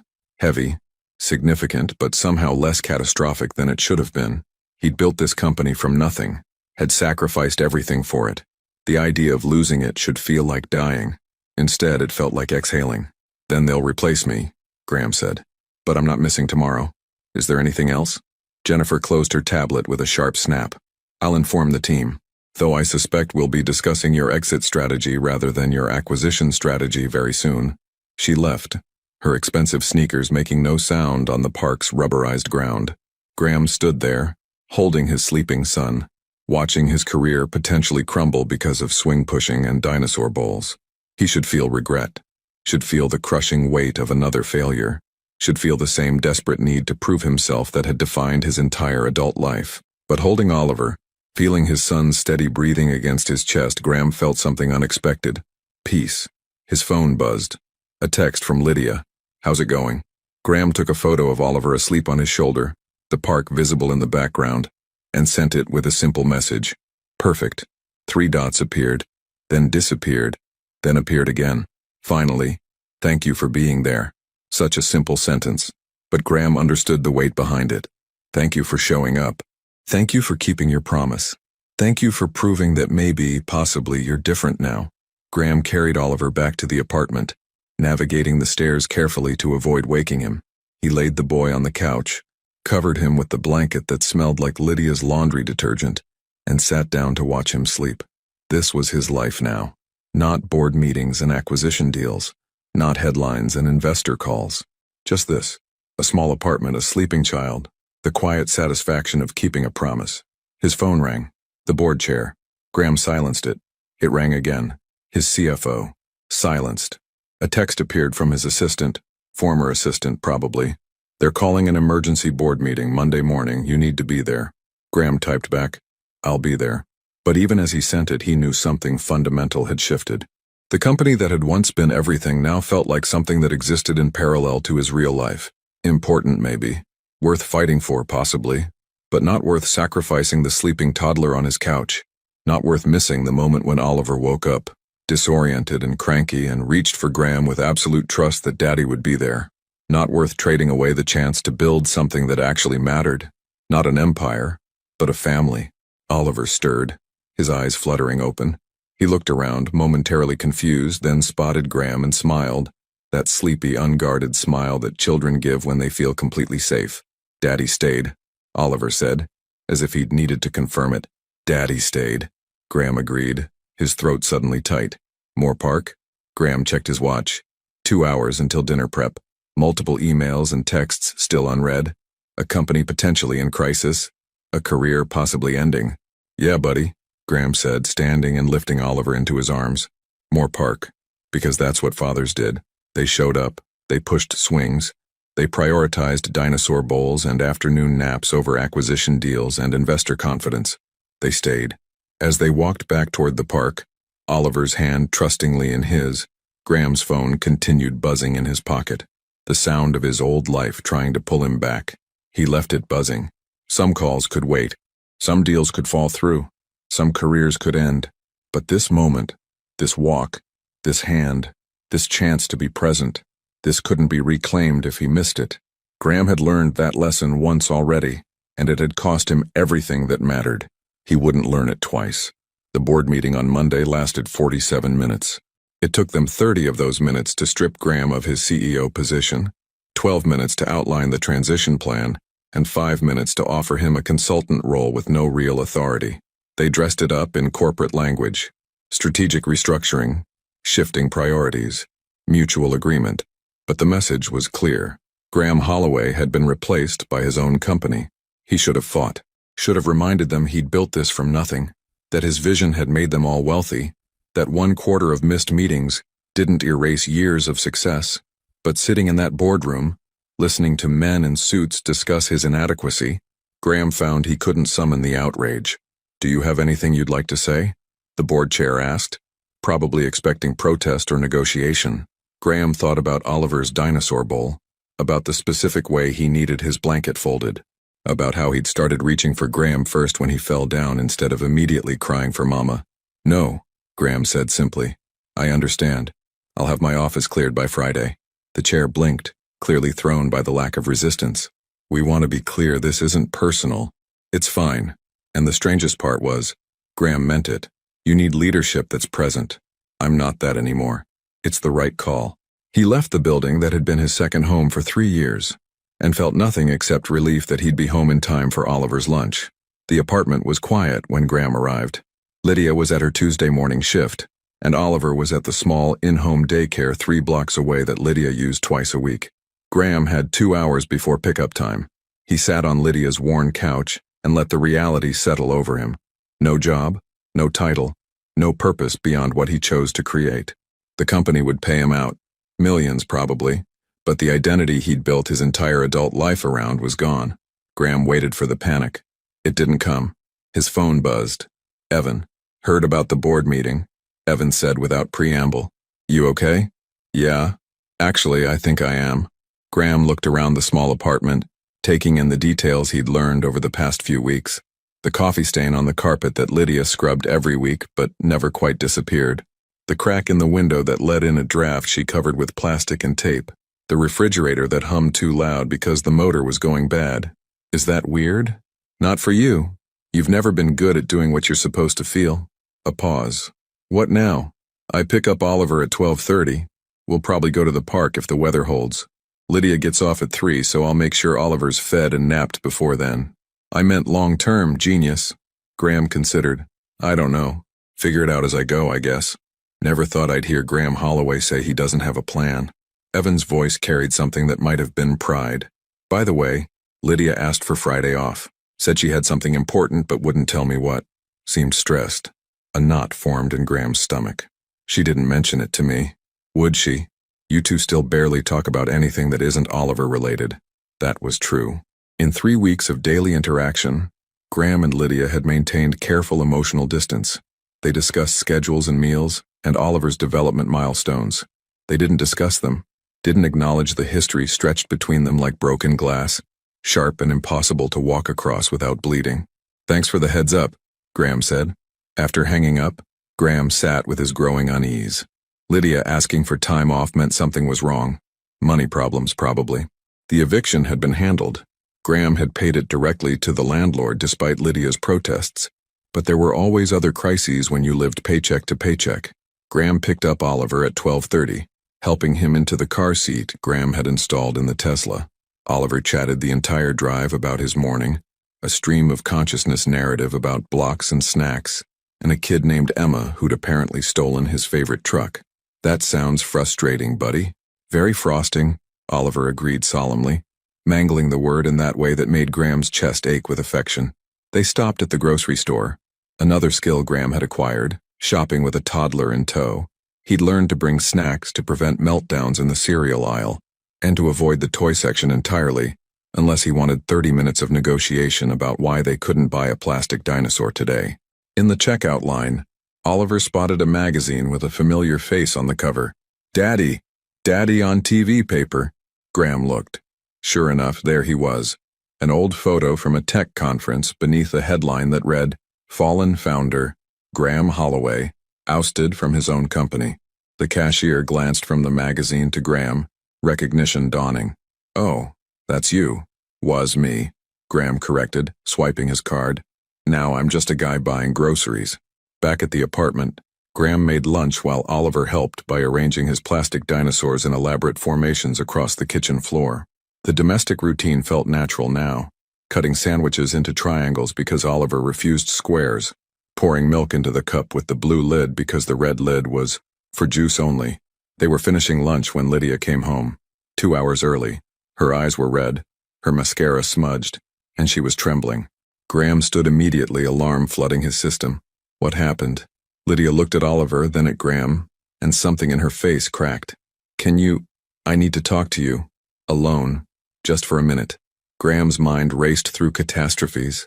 Her father, a lawsuit, immigration issues, medical problems. He settled Oliver in front of his favorite show, a concession Lydia only allowed in emergencies, and followed her into the tiny bedroom. Lydia sat on the edge of her bed, hands clasped so tightly her knuckles were white. Graham remained standing, giving her space, waiting. I lost my job, she said finally. Both jobs. Evan had to let me go. Graham's confusion must have shown because Lydia continued, her voice hollow. Someone called him, told him I was an unfit mother, that I was under investigation for neglect, that employing me put his restaurant at risk of liability issues. She laughed, but it came out broken. It was all lies. Complete fabrication. But Evan has investors, insurance policies, a reputation to protect. He didn't want to let me go, but your father. Graham didn't need to make it a question. He called last night, said I had 1 week to reconsider his custody offer. That if I refused, he'd make sure I couldn't provide for Oliver at all. I thought he was bluffing. Tears spilled over, tracking through what remained of her makeup. I can't fight him, Graham. I can't afford lawyers. I can't afford anything. The rent is due in 2 weeks and I have $43 in my account. She was spiraling, the words coming faster, her breathing shallow and panicked. My car needs registration, but I can't pay it, so I can't legally drive it. But I need it to get to job interviews, but I can't get job interviews because he's poisoned my reputation, and the daycare needs payment, and Oliver needs new shoes, and I can't breathe, Graham said, sitting beside her but not touching. Lydia, breathe. Don't tell me to breathe. Her voice cracked. Don't tell me it'll be okay or that we'll figure it out or any of those meaningless platitudes. I'm drowning, Graham. I'm actually drowning, and my father is holding my head underwater until I agree to give him my son. Then we fight him. With what? Your good intentions? He has unlimited resources, and I have $43. You have me. Graham finally reached for her hand. Lydia, you have me, and I have had $30 million in company equity. Even after the divorce, even after taxes, that's enough to fight him. Enough to bury him in legal fees until he gets tired of playing games. Lydia pulled her hand away. I don't want your money. I'm not offering you money. I'm offering to protect Oliver. That's different. Is it? Lydia's eyes flashed. Or is this just another way for you to swoop in and fix things? To be the hero? You lost your company today, Graham. I saw the article. Don't think I don't know what you're doing. Replacing one identity with another. CEO to savior. The accusation stung because it held a grain of truth, but only a grain. You're right, Graham said quietly. I lost the company. Got voted out this morning. And you want to know how I felt? Lydia waited, her jaw tight. Relieved. Because it meant I could pick up Oliver on time. Could be here when you needed me. Could stop pretending that board meetings mattered more than breakfast. Graham kept his voice steady. I'm not trying to be your hero. I'm trying to be Oliver's father. And fathers protect their children from predators, even when those predators are grandparents in expensive suits. I can't let you. Let me? Graham felt his own frustration rising. This isn't about permission, Lydia. Your father threatened our son. Threatened to systematically destroy your ability to provide for him, so you'd have no choice but to surrender custody. That's not a situation where pride gets a vote. So what? I just let you pay for everything? Let you fix all my problems while I stand here helpless? No, you let us be partners. Graham ran his hand through his hair. You spent 5 years carrying everything alone, because I was too selfish to help. You spent 16 months raising Oliver alone because I didn't know he existed. You've been alone long enough, let me help. Not because you need saving, but because we're supposed to be in this together. Lydia was crying openly now, her walls crumbling in a way Graham had never seen. Not even at the end of their marriage had she let him see her this broken. I'm so tired, she whispered. I'm so tired of fighting alone. Then don't. Graham risked moving closer. Fight with me. Let me stand beside you instead of watching from the outside.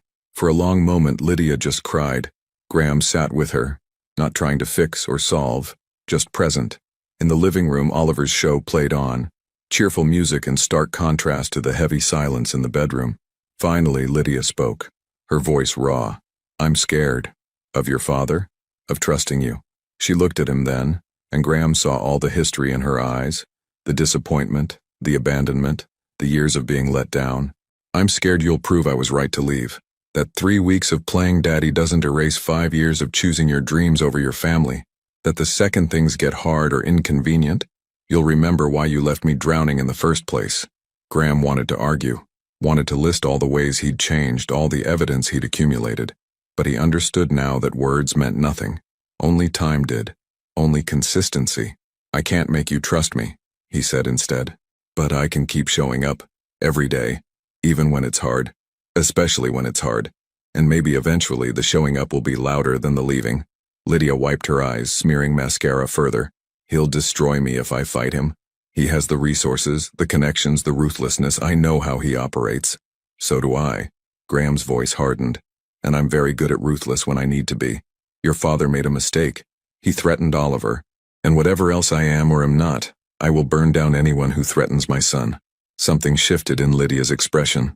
Not trust exactly, but maybe the beginning of belief. Evan's willing to testify, she said quietly. About the phone call, about the lies, he's furious. Good. We'll need that. Graham pulled out his phone. I know lawyers. Real lawyers, not the corporate types. People who specialize in fighting exactly this kind of manipulation. Let me make some calls. Graham, let me do this, Lydia. Please. Not because you're weak or incapable, but because you don't have to fight alone anymore. You have me. For better or worse, for whatever it's worth, you have me. Lydia studied him for a long moment. Then, almost imperceptibly, she nodded. It wasn't forgiveness, it wasn't reconciliation, but it was partnership, tentative and fragile, but real. From the living room, Oliver called out, Mama, Daddy, where you go? They stood together and Graham followed Lydia back to the living room where their son sat surrounded by plastic dinosaurs. His world still small and safe because he didn't yet understand that adults fought wars to keep it that way. We're right here, baby, Lydia said, scooping Oliver into her arms. Oliver reached for Graham too, wanting both parents. They stood like that, the three of them tangled together on the worn carpet of a too-small apartment, and Graham understood something fundamental. This was what winning actually looked like. Not profit margins or headlines or power. This. Just this. A family figuring out how to exist together. Broken pieces trying to fit. Not perfect, not easy, but real, and worth fighting for. The family court building smelled like anxiety and broken promises. Graham sat beside Lydia on a wooden bench outside courtroom 3C, watching her knee bounce with nervous energy. She'd borrowed a dress from Evan's sister. Navy blue, professional, slightly too big in the shoulders. Her hair was pulled back in a bun so tight it looked painful. She'd applied makeup carefully, trying to look like someone who had her life together. Graham could see right through it to the terrified woman beneath. He's not going to win, Graham said for the third time that morning. You don't know that. Lydia's voice was thin. You didn't see the paperwork his lawyers filed. They have statements from people I've never met claiming I'm negligent. Photos of the apartment with the crack in the window, the stain on the carpet. Oliver's toys scattered everywhere like evidence of chaos. They have lies, Graham countered. We have truth. Their lawyer, Rebecca Chen, a woman in her 50s with steel gray hair and a reputation for eating wealthy bullies for breakfast, emerged from the courtroom. They're ready for us. Lydia stood on shaky legs. Graham took her hand without asking permission. She didn't pull away. The courtroom was smaller than Graham expected. Judge Patricia Odom sat behind an elevated bench, her expression carved from granite. Richard Monroe occupied the plaintiff's table with two lawyers who probably billed $1,000 an hour each. He looked composed, confident, like a man who'd never lost anything he wanted to take. When his eyes met Graham's, Richard's mouth curved into something that wasn't quite a smile. All rise, the bailiff announced. Judge Odom reviewed the case file with the slow precision of someone who'd seen every manipulation tactic in existence. Finally, she looked up. Mr. Monroe, your petition claims that your daughter is an unfit guardian, and that your grandson would be better served in your custody. That's a serious allegation. Let's hear your evidence. Richard's lead attorney, a man named Stanford, who moved like a shark in a suit, stood. Your Honor, we'll demonstrate through multiple witnesses that Ms. Monroe lacks the financial stability, emotional capacity, and support system necessary to adequately care for a young child. For the next hour, Graham watched them build their case like architects of destruction. A former neighbor testified about hearing Oliver cry late at night. A daycare worker mentioned that Lydia had been late picking him up twice last month. A financial expert outlined Lydia's debt, her eviction notice, her inability to maintain steady employment. They made poverty look like abuse, made exhaustion look like neglect, made a single mother's struggle look like evidence of incompetence. Lydia's hand grew colder in Graham's grip with each testimony. Then Stanford called his final witness, Richard Monroe himself. Richard took the stand with the gravitas of someone testifying before Congress. His voice was measured, concerned, the perfect imitation of a worried grandfather. I love my daughter, Richard said, and it almost sounded true. But love doesn't change facts. Lydia is 33 years old with no college education and no career prospects. She's been evicted once already, only avoiding homelessness because her ex-husband intervened with money. She works service jobs with no benefits, no security, no path forward. Is that the life my grandson deserves? And you believe you could provide better? Stanford prompted. I know I can. Private schools, healthcare, stability. A home where he doesn't have to hear his mother crying at night because she can't pay the electric bill. A life where poverty doesn't limit his potential. It was a masterful performance. reasonable, concerned, cloaked in the language of Oliver's best interests while really being about control.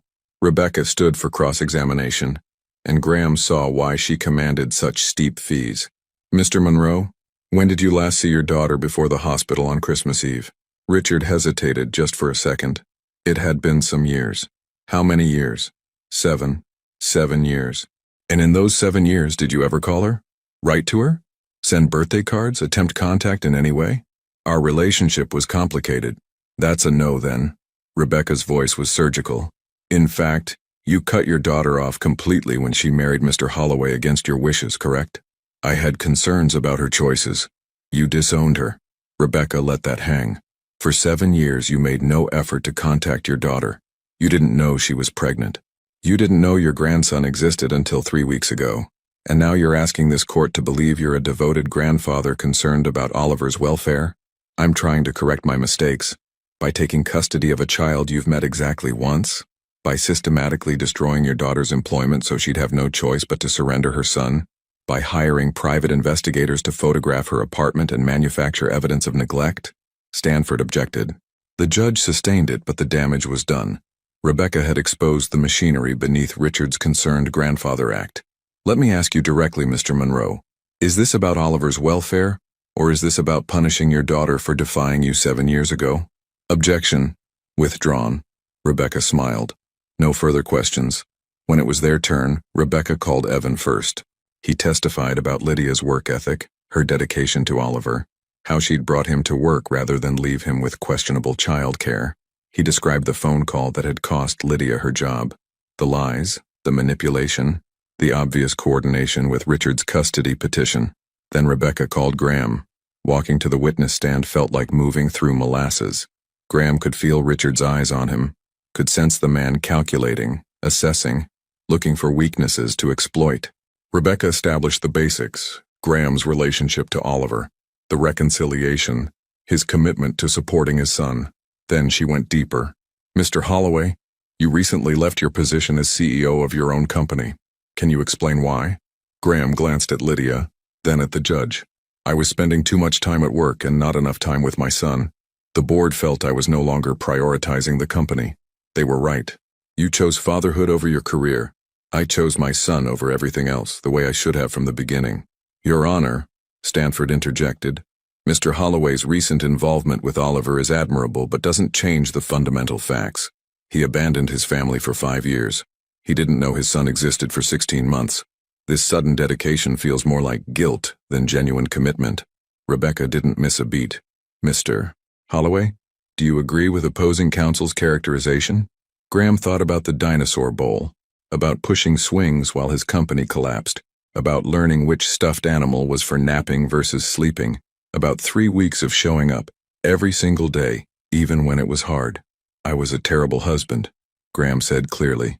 "I prioritized my ambitions over my wife's well-being. I made her carry burdens that should have been shared. Those are facts I can't change and won't defend. But being a terrible husband doesn't make me a terrible father. And every day for the past 3 weeks I've shown up for my son. I've learned what he needs, what he fears, what makes him feel safe. I've missed business meetings to push him on swings. I've lost my company because I wouldn't miss his nap time. That's not guilt. That's love. And it's permanent." The courtroom was silent. Graham looked at Lydia and saw tears streaming down her face. Finally, Rebecca called Lydia herself. Lydia walked to the stand like someone approaching their own execution. Her voice shook as she was sworn in, and Graham wanted to run to her, to stand between her and the judgment he could see coming. Rebecca was gentle. "Ms. Monroe, tell the court about your life with Oliver." And Lydia did. She described the pregnancy, facing it alone. The birth, no one in the delivery room but a nurse who held her hand. The first night home, terrified that she'd break this tiny, perfect human. The exhaustion, yes. The struggle, absolutely. The times she cried in the bathroom so Oliver wouldn't hear. The meals she skipped so he could eat. The nights she worked while he slept because daycare cost more than she made in a week. But also the joy. Oliver's first smile, his first word, "Mama," the way he reached for her when he was scared. The games they invented with cardboard boxes and imagination. The life they'd built, small and imperfect but filled with more love than her father's mansion would ever contain. "My son is happy," Lydia said, her voice growing stronger. He's safe. He's loved. He doesn't have a trust fund or private schools, but he has me. Every morning when he wakes up, I'm there. Every night when he's scared, I'm there. Every single moment of his life, I have been there. And I'm asking this court, begging this court, don't punish my son for my poverty. Don't take him from the only parent he's ever known because I can't afford the life my father thinks he deserves. Stanford stood for cross-examination, and Graham's stomach clenched. Ms. Monroe, isn't it true that you were served an eviction notice in December? Yes, and that you currently have no employment? I was fired because, just yes or no, please. You have no current employment? No. And your bank account contains less than $50? Lydia's face flushed. Yes. How do you intend to pay rent next month? Buy food? Provide for your son's basic needs? I'm looking for work, but you have no job offers currently. No prospects. No plan beyond hope and determination. Stanford's voice was sharp.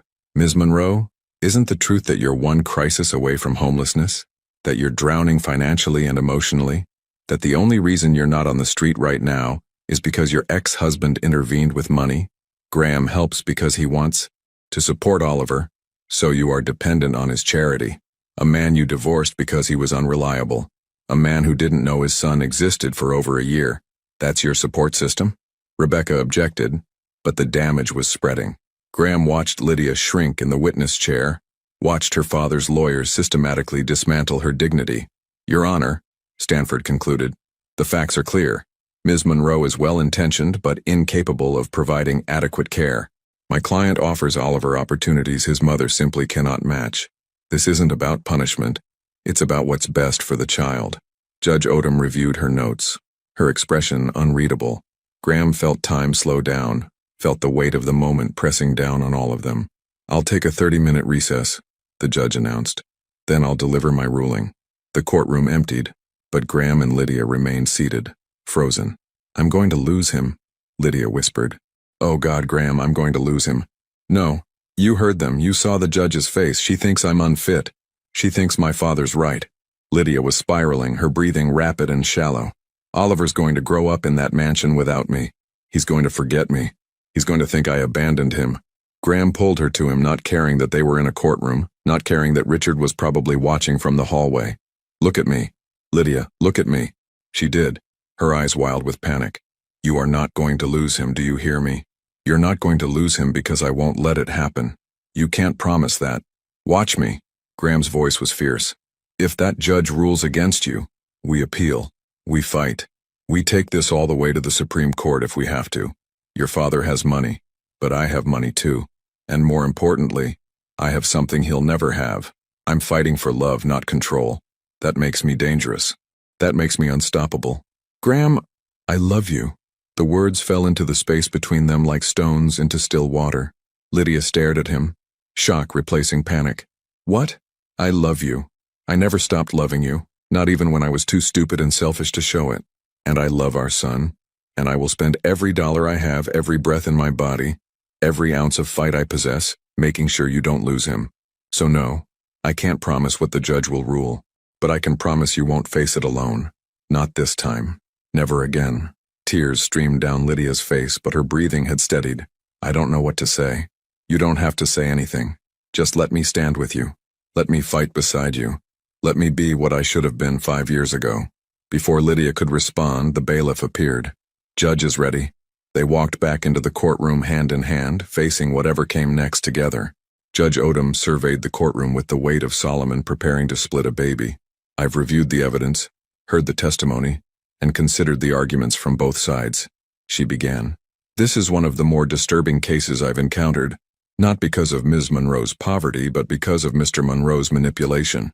Richard's face remained impassive, but Graham saw his jaw tighten. Mr. Monroe, you didn't seek custody because you believed your grandson was in danger. You sought custody because your daughter defied you, and you're punishing her for it. You systematically destroyed her employment, manufactured evidence of neglect, and attempted to use the legal system as a weapon. That is not the behavior of a concerned grandfather. That is the behavior of an abuser. Stanford started to object, but the judge cut him off with a look. However, she continued, and Graham's heart sank, Ms. Monroe's financial situation is genuinely concerning. Not because poverty equals bad parenting, But because stability matters for children, Oliver deserves security. This was it. Graham squeezed Lydia's hand tighter, preparing to catch her when the world fell apart. Therefore, I'm denying Mr. Monroe's petition for custody in its entirety. Furthermore, I'm issuing a restraining order. Mr. Monroe is to have no contact with Oliver or Ms. Monroe except through legal channels, and any violation will result in criminal charges. Relief crashed through Graham like a tidal wave. Beside him, Lydia made a sound between a sob and a laugh. However, the judge said, I am ordering a 6-month review. Ms. Monroe, you need to demonstrate financial stability and secure employment. Mr. Holloway, as Oliver's father, you have both the right and responsibility to support your son. I expect to see evidence of consistent involvement and financial contribution. This court will reconvene in 6 months to ensure Oliver's circumstances have improved. It wasn't perfect. It was probationary, but it was victory. Court adjourned. Richard stood abruptly and left without a word, his lawyers scrambling after him. Graham didn't watch him go. He was too focused on Lydia, who'd collapsed against him, crying so hard her whole body shook. You won, Graham whispered into her hair. You kept him. He's yours. Ours, Lydia corrected, looking up at him with red, swollen eyes. He's ours. And there, in a courthouse that had seen countless families torn apart, Graham Holloway felt something he hadn't experienced in years. Hope. 6 months later, Graham stood in the doorway of what used to be his downtown penthouse and felt absolutely nothing. The real estate agent, a woman named Michelle with an aggressively cheerful demeanor, gestured expansively at the floor-to-ceiling windows. As you can see, the views are unparalleled. The building amenities include a gym, rooftop pool, concierge service. I'll take it, the potential buyer interrupted.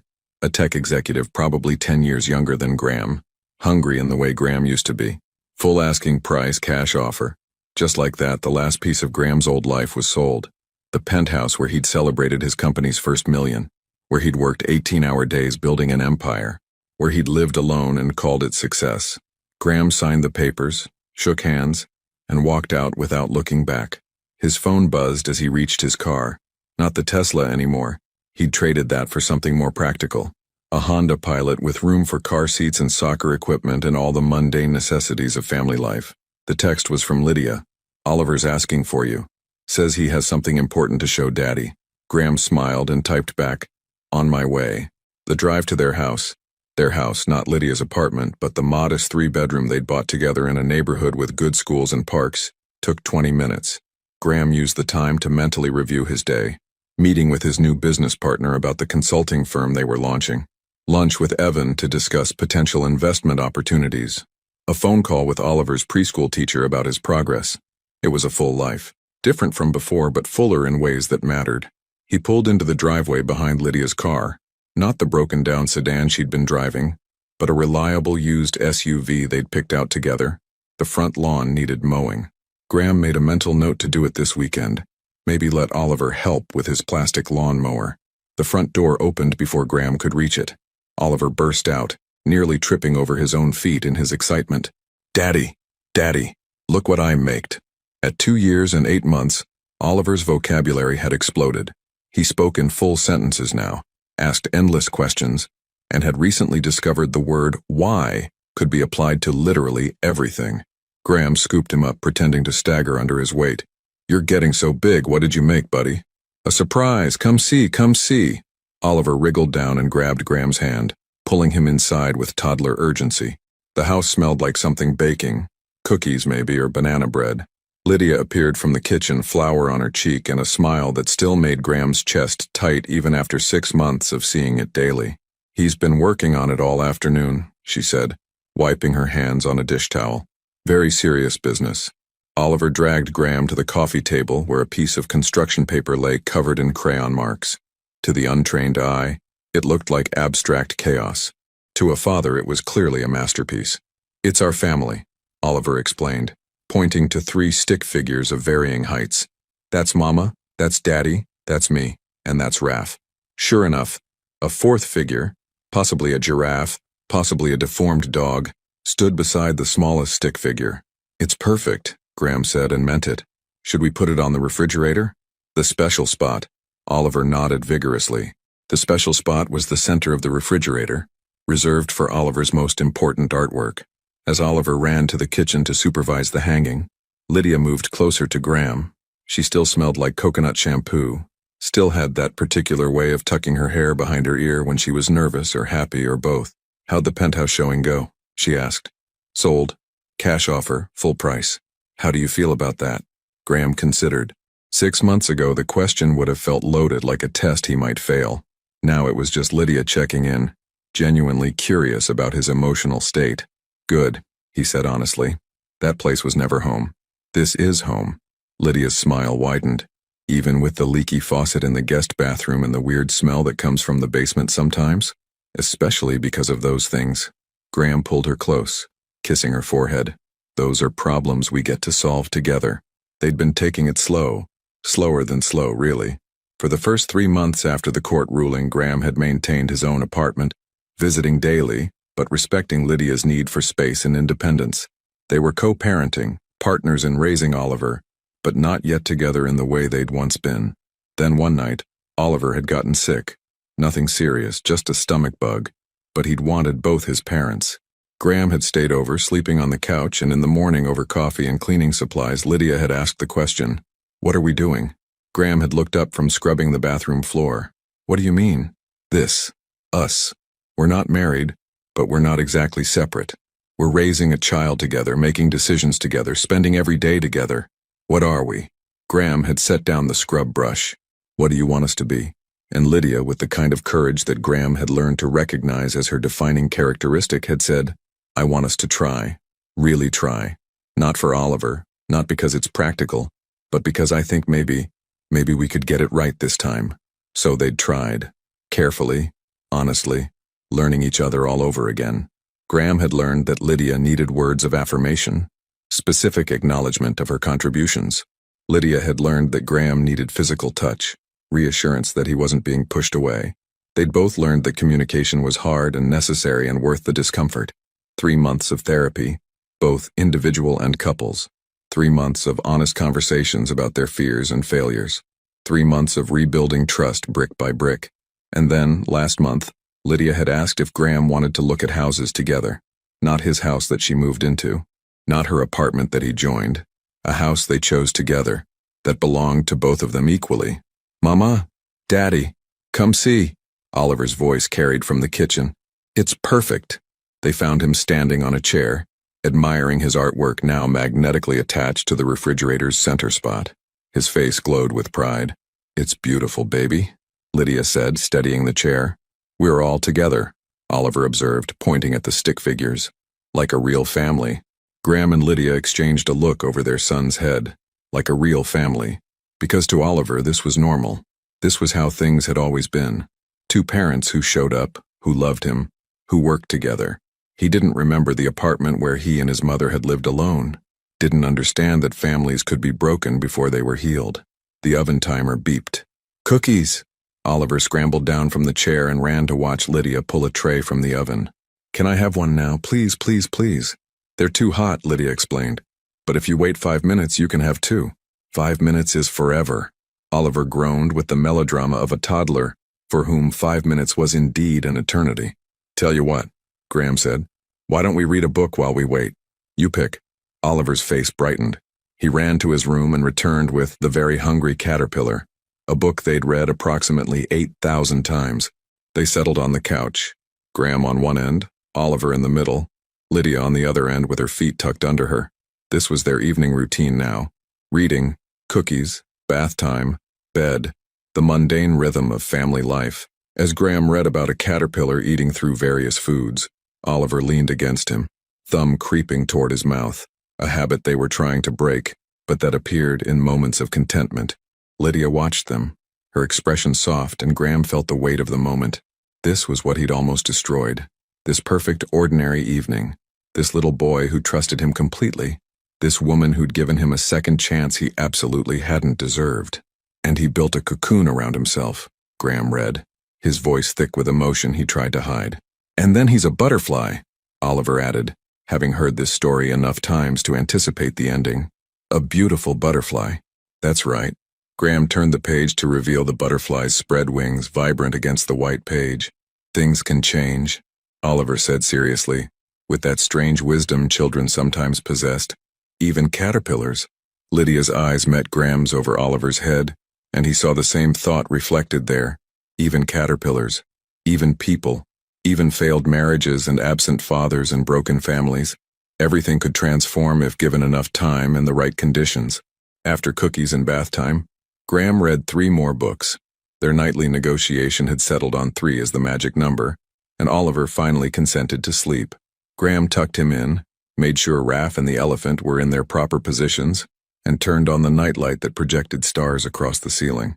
"Daddy?" Oliver's voice was sleepy but insistent. "Yeah, buddy? You'll be here in the morning?" The question appeared every few nights. That lingering anxiety that had nothing to do with Oliver's conscious memory, and everything to do with the first 16 months of his life when Daddy had been an abstract concept rather than a present reality. "I'll be here in the morning," Graham promised, as he did every time. "I'll be here every morning. That's what daddies do." "Okay." Oliver's eyes drifted closed. "Love you. Love you too." Graham found Lydia in the kitchen cleaning up from dinner. He grabbed a dish towel and started drying without asking. Another routine they'd fallen into. Comfortable silence stretched between them. Not the tense, avoiding silence of their failing marriage, but the peaceful silence of 2 people who didn't need to fill every moment with words. "The 6-month review is next week," Lydia said finally, placing a clean plate in the cabinet. "I know." Graham dried a glass carefully. "Are you nervous?" "A little. What if—" She stopped, reconsidered. "What if they think we're moving too fast? Living together, buying a house. What if the judge thinks we're not stable?" Graham set down the glass and turned to face her. "We have joint bank accounts. Both our names on the mortgage. I have a stable consulting business. You're enrolled in online college courses and working part-time at Evans on your own terms, not out of desperation. Oliver is thriving in preschool. We've been in couples therapy for 6 months. We have documentation of every single thing the judge asked us to establish. But what if it's not enough? Then we'll deal with it. Together." Graham pulled her close. "But Lydia, I think it will be enough. Because we're not faking stability. We actually have it. We built it. Together." Lydia relaxed against him. "When did you become the optimistic one?" "When I had something worth being optimistic about." He kissed the top of her head. "You know what I realized today?" "What?" "When I sold the penthouse, when I signed those papers, I didn't feel loss. I felt relief, because that place represented everything I thought I wanted. Success, wealth, status. And it was empty. Literally and figuratively empty." Graham pulled back to look at her. "This house, with its leaky faucet and weird basement smell, with its crayon masterpieces and dinosaur bowls, this is full. This is what success actually looks like." Tears welled in Lydia's eyes. "Graham, I need to say something. Something I should have said 6 months ago, but I wasn't sure you were ready to hear." He took her hands. "I love you. Not the memory of you. Not the idea of you. Not because we have a son together. I love you. The you who's stronger than anyone I've ever met. The you who survived your father and a terrible marriage and single motherhood and came out the other side still capable of trust. The you who gets flour on your face when you bake and who falls asleep during movies and who has very strong opinions about which bowl Oliver eats cereal from. The dinosaur bowl," Lydia said through tears and laughter. "It's important. It's very important." Graham's own voice was unsteady. "And I know I don't deserve another chance. I know I can't erase the 5 years I failed you or the 16 months I missed. But I'm asking anyway. Not to go back to what we were, because that didn't work, but to move forward into what we could be. As partners, as a family, as 2 people who learned from their mistakes and chose each other anyway." Lydia was fully crying now. "You're terrible at romantic speeches. You know that?" "I know. I should have written it down, practiced." She kissed him. Not tentatively, not carefully, but fully. The kind of kiss that said, "I forgive you and I choose you and let's do this." When they finally pulled apart, both breathing hard, Lydia whispered, "Ask me." "Ask you what?" "You know what." Her eyes held challenge and hope in equal measure. Graham's heart hammered. He'd been carrying the ring for 2 weeks, waiting for the right moment. But maybe there was no perfect moment. Maybe there was just this. Dishes half dried, their son asleep upstairs, cookie crumbs still on the counter. Maybe perfect was just 2 imperfect people choosing to try. Graham pulled the ring from his pocket. Not elaborate, not massive, just a simple band with a single stone that had caught the light in a way that reminded him of Lydia's eyes. He didn't kneel. They were past grand gestures. This was real life, not a movie. "Marry me," he said. "Not because it's expected or because it makes sense on paper or because of Oliver. Marry me because I want to spend every ordinary, beautiful day with you. Because I want to solve problems together and make terrible jokes that only you laugh at and argue about whether we need a new couch and read the same books 8,000 times. Marry me because you're my home." Lydia looked at the ring, then at Graham, then back at the ring. For one terrifying moment, Graham thought she might say no, might decide that partnership was enough, that marriage carried too much painful history. Then she smiled, that full, genuine smile that lit up her entire face, and said, "Yes, but we're keeping separate bank accounts for our personal spending. And we're doing premarital counseling even though technically we're already in therapy. And if you ever choose work over family again, I'm keeping the house and you can live in your car. Deal." Graham slipped the ring onto her finger, and it fit perfectly. "Though for the record, I sold the fancy car. I'd have to live in the Honda." "Then you'd better not screw this up."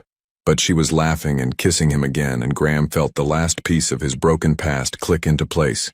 Not perfect, not flawless, but healed, whole. They stood in their kitchen with the dishes half done and the cookies cooling and their son sleeping upstairs. And Graham understood something he'd been too young and stupid to understand the first time. Love wasn't about grand gestures or passionate declarations. It was about showing up, every single day, even when it was hard, especially when it was hard. It was about choosing each other in 1,000 tiny ways, loading the dishwasher, folding laundry, making banana pancakes, sitting through another reading of The Very Hungry Caterpillar. It was about transformation. Not sudden dramatic change, but the slow metamorphosis of two broken people learning to be whole together. From upstairs, Oliver's voice called out, "Daddy, Mama, need water." Lydia laughed. "That's the third time tonight. He doesn't need water. He just wants to make sure we're still here." "I'll go," Graham said. "We'll both go." Lydia took his hand. "That's how this works now, remember? Together. Together." Graham liked the sound of that. They climbed the stairs side by side, toward their son who was learning that parents didn't disappear when you closed your eyes, toward a future they would build one ordinary day at a time, toward the kind of success that didn't make headlines but filled hearts. And somewhere in a mansion across town, Richard Monroe sat alone in a house full of expensive emptiness, having learned too late that you can't buy what matters most. But Graham and Lydia didn't think about him. They were too busy tucking in a toddler, refilling a water cup that would go untouched, checking that stuffed animals were properly positioned. They were too busy being a family, and that was everything. 2 years later, the backyard wasn't large, but it was theirs. Graham stood at the grill, spatula in hand, watching smoke rise into the late August sky. The scent of burgers and hot dogs mixed with the chlorine smell drifting from Oliver's inflatable pool. From where he stood, he could see everything that mattered. Oliver, now 4.5, was showing his baby sister how to properly stomp in a puddle. Clara, 18 months old with her mother's dark hair and her father's stubborn chin, squealed with delight as water splashed her legs. She wore a pink swimsuit with ruffles and had absolutely no fear of anything, a trait that both thrilled and terrified her parents in equal measure. "Gently, Oliver," Lydia called from her spot on the patio, one hand resting on her visibly pregnant belly. "She's little." "I am being gentle," Oliver protested, then demonstrated by creating a splash that drenched both him and his sister. Clara's response was to laugh and demand, "More, more." Evan emerged from the house carrying a tray of drinks. "Your daughter," he said to Graham, "has zero self-preservation instinct." "She gets that from her mother," Graham said, grinning when Lydia threw a wadded napkin at him. "Excuse me, which one of us decided to start a business with zero capital and maximum optimism?" "Touché." The consulting firm Graham had launched 2 years ago had grown beyond his wildest projections. Turned out that a CEO who'd built a company from nothing, lost it and learned to prioritize differently had valuable perspective to offer. He specialized now in helping entrepreneurs find balance, advising them on growth strategies that didn't require sacrificing their families on the altar of ambition. It was meaningful work that paid well, but didn't consume him. Work he could walk away from at 5 p.m. to be present for dinner and bedtime and the million small moments that made up a life. Lydia had graduated with her associate degree in early childhood education last spring. She was halfway through her bachelor's now, taking classes online while Clara napped. She also worked part-time at Oliver's preschool, not because they needed the money, but because she loved it. because she'd finally gotten to choose her path instead of having survival choose it for her. They weren't wealthy by Graham's old standards. The house was modest. They drove practical cars. Vacations were camping trips, not European getaways. But they had enough. More than enough. They had each other. "Daddy, watch this," Oliver called, then proceeded to do a belly flop into 6 inches of water. He emerged triumphant, water streaming down his face. "Did you see? Very impressive, buddy. Olympic-level belly flop." "What's Olympic?" "I'll explain later. Food's almost ready." Evan helped Lydia stand. She was 7 months pregnant with their third, another boy they'd already decided to name James. And they all gathered around the picnic table Graham had built last summer. It was slightly crooked, the wood stain uneven, but it was sturdy and it held their family. As they ate, Graham watched the easy conversation flow, Evan telling stories about the restaurant's new chef, Lydia describing Clara's pediatrician appointment, Oliver explaining in elaborate detail the social dynamics of his preschool class, Clara banging her sippy cup and shouting, "More ketchup," every 30 seconds. This was happiness, not the glossy Instagram version, the real version, messy and loud and perfectly imperfect. After dinner, after Clara and Oliver had been bathed and pajamaed, after stories had been read and nightlights turned on, Graham and Lydia finally collapsed onto their bed. "James is practicing soccer," Lydia said, rubbing her belly where visible kicks rippled across the surface. "Or martial arts. Hard to tell." Graham placed his hand beside hers, feeling their son's movements. Strong, like his mom. Stubborn, like his dad. But she was smiling. They lay there in comfortable silence, the kind that only came after years of learning each other's rhythms. From down the hall came the sound of Oliver's white noise machine and Clara's soft snoring. She'd inherited Graham's tendency to snore, much to Lydia's amusement. "Do you ever think about it?" Lydia asked quietly. "The life you had before?" Graham considered. The penthouse, the company, the headlines and the board meetings and the relentless drive to prove his worth through achievement. "Sometimes," he admitted, "but not the way you might think. I don't miss it. I think about it the way you think about a stranger you used to know. That was someone else's life. Do you regret it? Building the company, I mean. Going through all of that?" "No." Graham turned to face her. "Because it brought me here.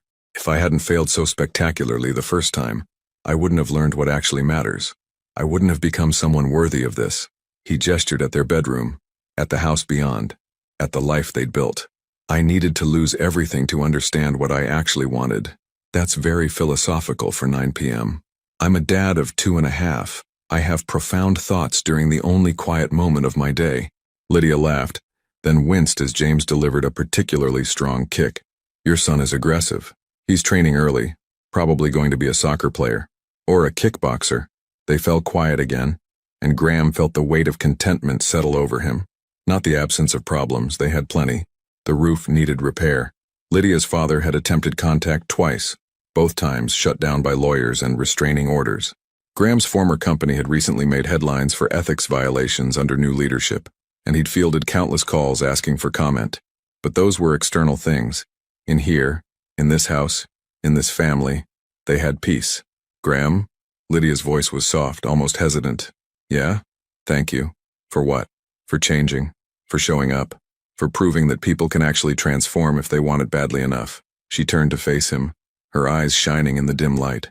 "For loving us enough to become someone different." Graham's throat tightened. "I'm not different. I'm just finally what I should have been all along."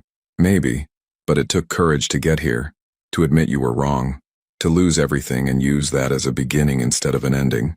She touched his face. "I'm proud of you. I know I don't say it enough, but I am. I'm proud of you too, for surviving when I gave you every reason to give up, for raising Oliver alone, for being strong enough to let me try again. We're both pretty impressive, huh? Ridiculously impressive. We should write a book. How to Almost Destroy Your Marriage and Then Fix It. A love story. Bestseller material right there." They kissed, soft and familiar, the kind of kiss that came from years of practice and genuine affection. Then Lydia yawned hugely, and Graham pulled her close, adjusting pillows to support her belly. "Get some sleep," he murmured. "James will probably wake you up at 3 a.m. with his kickboxing practice." Probably. But she was already drifting off, her breathing evening out into the rhythm of sleep. Graham lay awake a while longer, listening to his family. Clara's snoring. Oliver's occasional sleepy murmur, Lydia's breathing, the house settling around them with creaks and groans that were becoming familiar as home. He thought about the man he'd been, driven, ambitious, so focused on the destination that he'd missed the journey entirely. That man had achieved everything he'd set out to achieve and ended up empty. This man, the one who changed diapers and made dinosaur-shaped pancakes and knew which stuffed animal was for napping versus sleeping, had achieved nothing the world would write articles about. But he had everything that mattered. Graham's last thought before sleep took him was simple. Success isn't about what you build. It's about who you become in the building. And he'd finally become someone worth being. Final reflection. Sometimes the greatest victories come disguised as failures. Sometimes losing everything is the only way to discover what you actually needed. Sometimes the person you hurt most becomes the person who teaches you what love really means. If you could go back and change one decision that cost you everything, but that mistake led you to discover what truly matters, would you still change it? Or would you accept that some lessons can only be learned through loss? Your participation means a lot to the channel. Please share your thoughts in the comments. Thank you for watching. If you enjoyed the story, please subscribe to our channel and leave a comment below letting us know what you thought. Your feedback and support mean a lot.